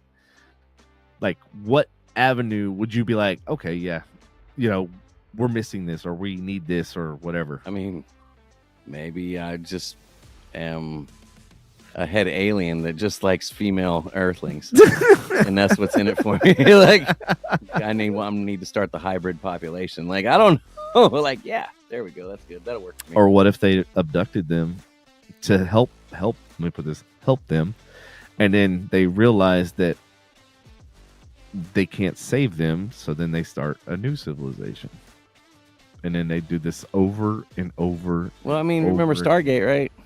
I think Stargate played with a very similar concept about Egyptians, and they ended up on this planet because the Egyptians ended up overthrowing the alien master. But where over here on this other planet, he started the human race. He outlawed writing and whatnot, so they couldn't become smart. Yes, couldn't figure him out. Well, that's kind of what certain somebody wrote. Who? Terrence Howard? Lindsay. In the comments. I'm not gonna say it. Slave to you. But basically, that's exactly it. Where I was going, Lindsay, you nailed it. That's exactly what I was gonna do. Because you are a superior race, you would have them do the stuff that you don't want to do, and you don't want to. Well, what did the Egyptians do? They enslaved the Jews. My whole point. Like, yeah. So then it plays into that whole thing, is that maybe those were captured to become, indentured servants. And then that's exactly what we're going to happen. But here's the thing. What? There's got to be a criteria of enlightenment or intelligence, so to speak, for them to want to help us and want us. Maybe they didn't achieve that level of intelligence. So that's why they... No, I'm out. They're not going to pick me. Keep myself stupid so they don't. I'm good, y'all. I live my life. Leave me and my family alone. Let us live out our time here on Earth. All right, I got to look this up. Now, I know we were talking about straight lines and how there's nothing in lines. There's no true straight lines in nature. Mm-hmm. And because of that, apparently Pope Francis has spoken out too, because there's no straight lines in nature. Hurls gay slur in private meeting. I knew that was coming. I totally knew that was legitimately coming. This guy, who's supposed to be the new age pope that people are liking because he's more accepting of everybody's lifestyle, Pope Francis got a little bit homophobic behind closed Vatican doors, referencing the faggotness, using the word. He said that? Yes, he used that word. He was caught. He goes, "This is all." He goes, he and he's defending the church's ban on gays becoming priests, which I mean, against that does go against Catholic. Not that I'm defending the Catholics, but he's right as far as that. The Pope mused, and there is an air, like smelling the air. There is an air of faggotness in seminaries. Wow. The Pope was talking to his bishops last week when he used the slur. Unnamed bishops who were present reportedly said Francis used it jokingly. Like, this isn't the 90s and the early 2000s anymore. You can't really joke with that word anymore because people get so sensitive. Mm-hmm. Like, even if you're hanging with your homies and you're like, yeah, you fudger. And I'm not going to say the word again because I've already said it 3 times in reading the story. But, but the thing is like, even your friends are like, dude, you can't say that anymore. We used to call each other that shit all the time. Right. Yeah, the reference was a far cry from the Pope's public stance that there is room for everyone in the Catholic Church. I was gonna say, as soon as the doors closed, he's like, you can't come in. Me. I mean, I did not say that. Vatican spokesman issued an apology of sorts. The Pope never intended to offend or express himself in a homophobic terms, and he extends his apology, so he couldn't even come out and apologize himself. He had his people do it. Like, interesting. I'm baptized Catholic, but those of you who know me know I'm not a fan of the Catholic Church. Yeah, especially with all their wrongdoings and stuff over the centuries. It's not just wrongdoings; it's like travesties and like obscenities and like. Wrongdoings is putting it so lightly. The covering up of just that's the biggest thing right there. Thousands and thousands of molested church boys, just like, and then just to sweep it under the rug like it was no big deal. It's like that's beyond. And not so. My biggest thing, and that's another thing that you talked about humanity earlier. My biggest thing is accountability. Like, nobody holds anybody accountable for shit. Speaking of, did you hear the fucking latest thing? So, a 9-year-old girl went into a bathroom in a American Airlines. I was waiting for you to say something about Diddy, but go ahead. Well, that too. Probably would involve a 9-year-old girl, but go ahead. Yes. So American Airlines came out and so let me kind of backtrack on the story. So this girl goes into the bathroom, 14-year-old girl goes into the bathroom on American Airlines flight. Guy gets up, escorts her to like where the bathrooms are or whatever. And he said, hold on, before you go in, let me wash my hands, yada, yada. So the guy goes in, washes his hand, comes out. Well, the girl goes into the restroom and and he tells the guy tells the girl that the toilet's broken. And that the seat lid can't go down or whatever, the toilet's broken. Anyway, long story short, the girl goes in and sees a light and tape to an iPhone that is taped to the back seat of the toilet with the camera flashlight on. And she decides to go to use the restroom, even though knowing that there's an obvious. And I've seen the picture; it's very obvious that it is an iPhone. You can see the girl, 14. And a 14-year-old knows what a fucking iPhone looks like. She could probably spot it from the opposite side of the fucking plane. Anyways, I don't like where this is going, but go ahead. So anyway, long story short, the authorities and stuff literally were waiting for him as the plane landed. The guy was escorted off the plane, and he was arrested. And apparently, when they went through his phone, they found a 14-year-old, a 9-year-old, 11-year-old, and they found multiple others that he's done this to. This is a flight attendant? No, this is somebody that was flying on the plane. I don't believe it was a flight attendant. So he does this on multiple flights? He's done this on multiple occasions. And if you look at the tape, it looks like the legit tape that like an airline would carry that says caution, toilet malfunction. It's got red and black, stripes and shit on it. Like, it looks like legit airplane issued like caution tape. Now, obviously, the light and the camera and all that, the shape of the freaking iPhone was quite obvious through the tape, but just a little bit. So American Airlines came out basically saying that it was negligence on the 9-year-old for going to the bathroom knowing that there was a phone spying on her. 9-year-old? Or 14-year-old, sorry. 14-year-old knowing that the phone was spying on her. Yeah, so how do you feel about that, audience? What? Imagine if it was your 9-year-old daughter or niece or something along those lines. Or not 9. Why do I keep saying 9? I don't know. 14. But- I think because when I first heard the story, I heard it was 9, and then when I heard today it was 14. I'm not gonna lie. Yes, it is weird that she did that. It's weird that she continued to sit down. Right. 14-year-old definitely has their own phone. Knows that a phone is when a phone's filming. She took a picture of the phone with her phone. By the way, I'm not 100% certain that the picture was from her phone, but somebody had taken a picture of the phone mounted with the light on and everything else, and it was painstakingly obvious. Actually, That shit is, I don't know, man. It flabbergasts me. The stuff that people, like you said, no accountability. People think they can get away with, like especially at certain levels. Like, but the thing is that's the problem though. Is nobody's. I know. If the feds truly, like, we're going back to Diddy, if the feds truly investigate him, he could go down for some real shit. But the thing is, if he skips out like he has on everything else, like he'll get canceled publicly, but he's not gonna fucking lose it. The motherfucker's almost a billionaire.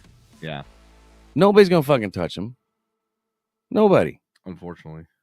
Unless the feds turn up some real harsh, like true evidence that R. Kelly shit. Definitely, no questions asked. This has definitely happened. He's still going to get off scot-free because there's no accountability when you have that much money. There is no accountability. Like, I'm surprised they haven't found something on Musk yet. Other than he, dates Johnny Depp's ex-girlfriends. Does he? Supposedly, Amber cheated on Johnny with Elon. Oh, okay. Yeah, supposedly. I don't know. But yeah, man, the way people think they can just get away with stuff, like it just like, yeah, this is okay. I'm gonna traffic women. I'm gonna film little girls. I'm gonna groom women, and I'm gonna beat them, and I'm gonna have and nobody's gonna catch me ever because I'm just too powerful. Like, right. That kind of shit. Like, nowadays, you should know better. There is no level that you can't be torn down from. Now, granted, will he still have money? Yes, I'm sure he will still have money. But the thing is like, unless they put him in jail, he's not getting torn down. I tried to find a high-res picture, but this is the only one I could find. But as you can tell from the picture, this is what the 14-year-old saw. Yeah. I mean, could you not be more obvious? Like, clearly it's taken on the shape of... Whether it's an iPhone or not, I don't give a fuck. I'm sitting down, there's a light on my butthole. Yeah, right? Like, no. No. So, yeah, that's why I was like, you got to see the picture, because, like, the picture... Like, I want to know is how does the dude make it back into the bathroom to pick up his fucking phone? Right? Nobody noticing. And is he not filming dudes too? Like, if he's just leaving it in? Well, no, remember, because he has to go in before her. Okay. So that's what I'm saying. Like, had she not taken that picture, would he just gone back in and gotten his phone off the seat? Like, you don't think somebody motherfucking reported? Obviously. Well, it's really... Okay, I'm sorry. He did say that he's done this a couple times, so I guess not enough people spoke up. Like, I don't know. Yeah, and that's the problem. But somebody obviously clearly spoke up. Oh, Donna said it was a male flight attendant. Oh, it was. Yep. Okay, that makes sense. Okay, that wasn't 100% certain. That's probably why she trusted him. Yep. He's like, I need to go in there before you, which is really crazy because not a lot of male flight attendants are straight. Speaking of no straight lines in nature. Mm-hmm. Just full circle tonight.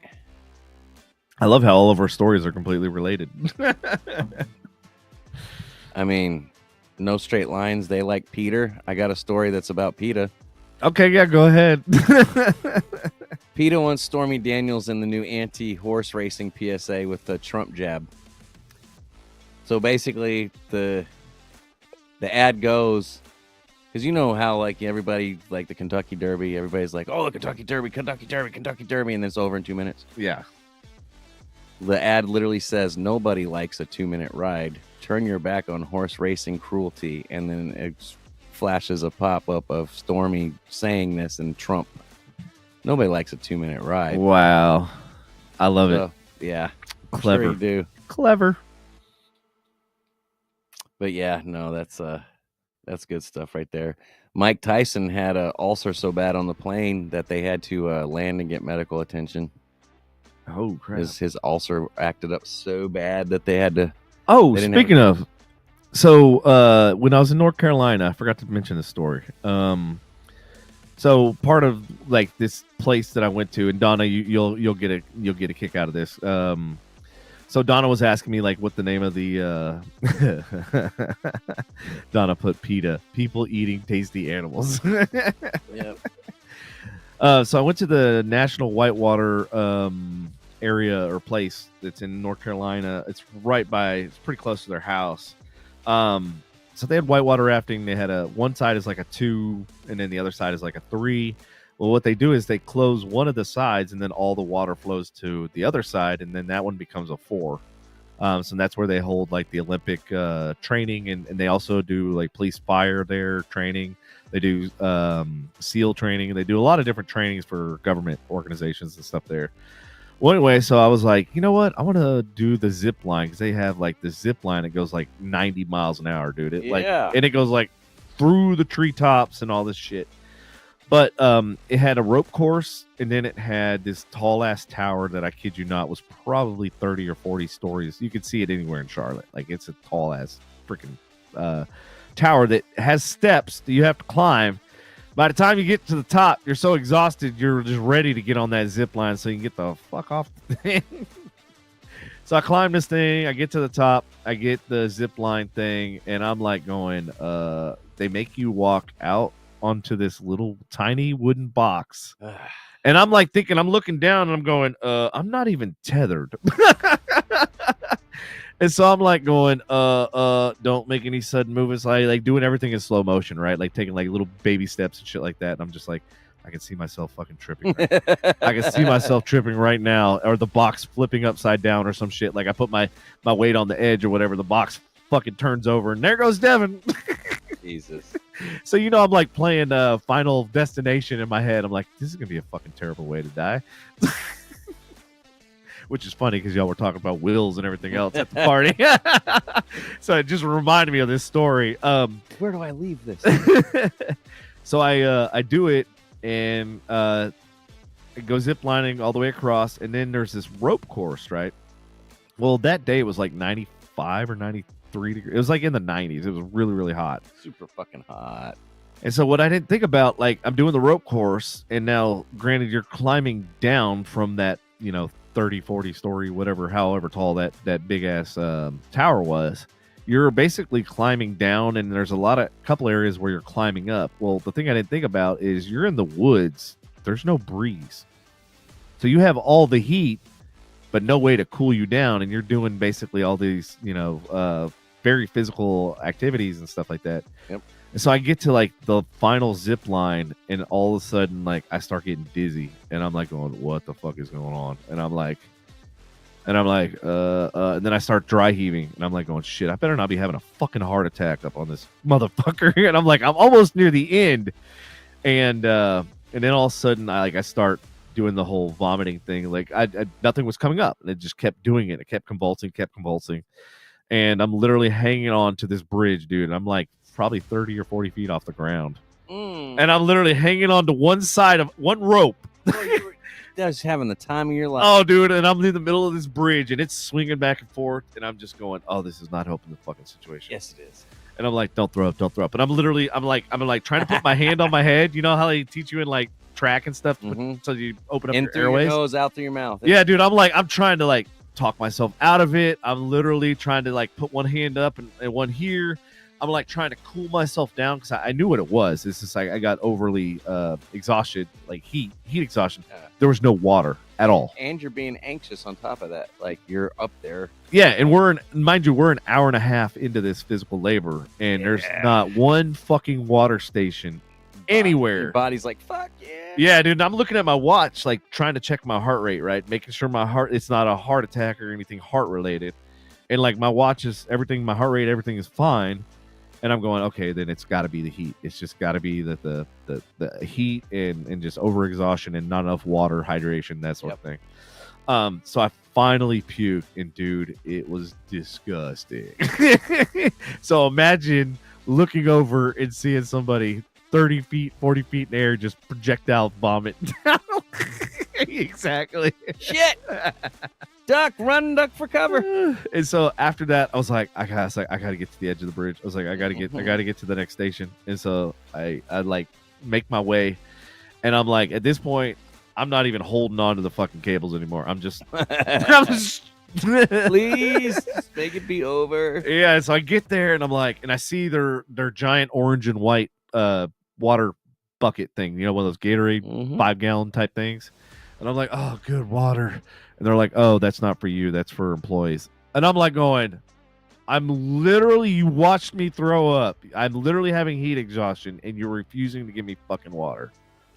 Oh, dude, I was fucking livid. I was so fucking pissed.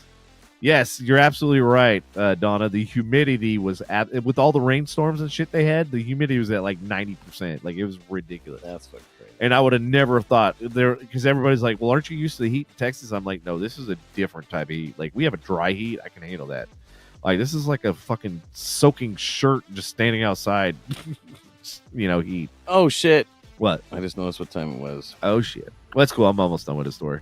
So anyway, long story short, like, I like almost had an emergency situation where like the medics would have. Yeah, I can't believe they didn't give you water, dude. Dude, yeah, and I had to go all the way downstairs. I had to go walk probably a quarter mile to get to one of the not convenience stores, bars, in order to get water. I'm like, are you fucking serious? Dude, no way, bro. No. Yeah, so that really, really fucking pissed me off. After puking, dude, this is one of the first things you do as a company is go give them some water. Like, dude, they fucking straight up refused to give me water. I was like, you should have just walked over there and stuck your mouth in it. Dude, I should have just stuck my head in it and just fucking dumped it on me. Here's your fucking water, bitches. Now go refill it. Go refill it with that hose that you guys used. Yeah, man. Yeah, it is getting late. I do have to. Yeah, I do too. I got a long day tomorrow. I got debris to clear out of the pool too. Oh, not tonight, but definitely tomorrow.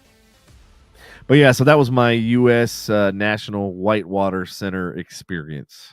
That's pretty cool, man.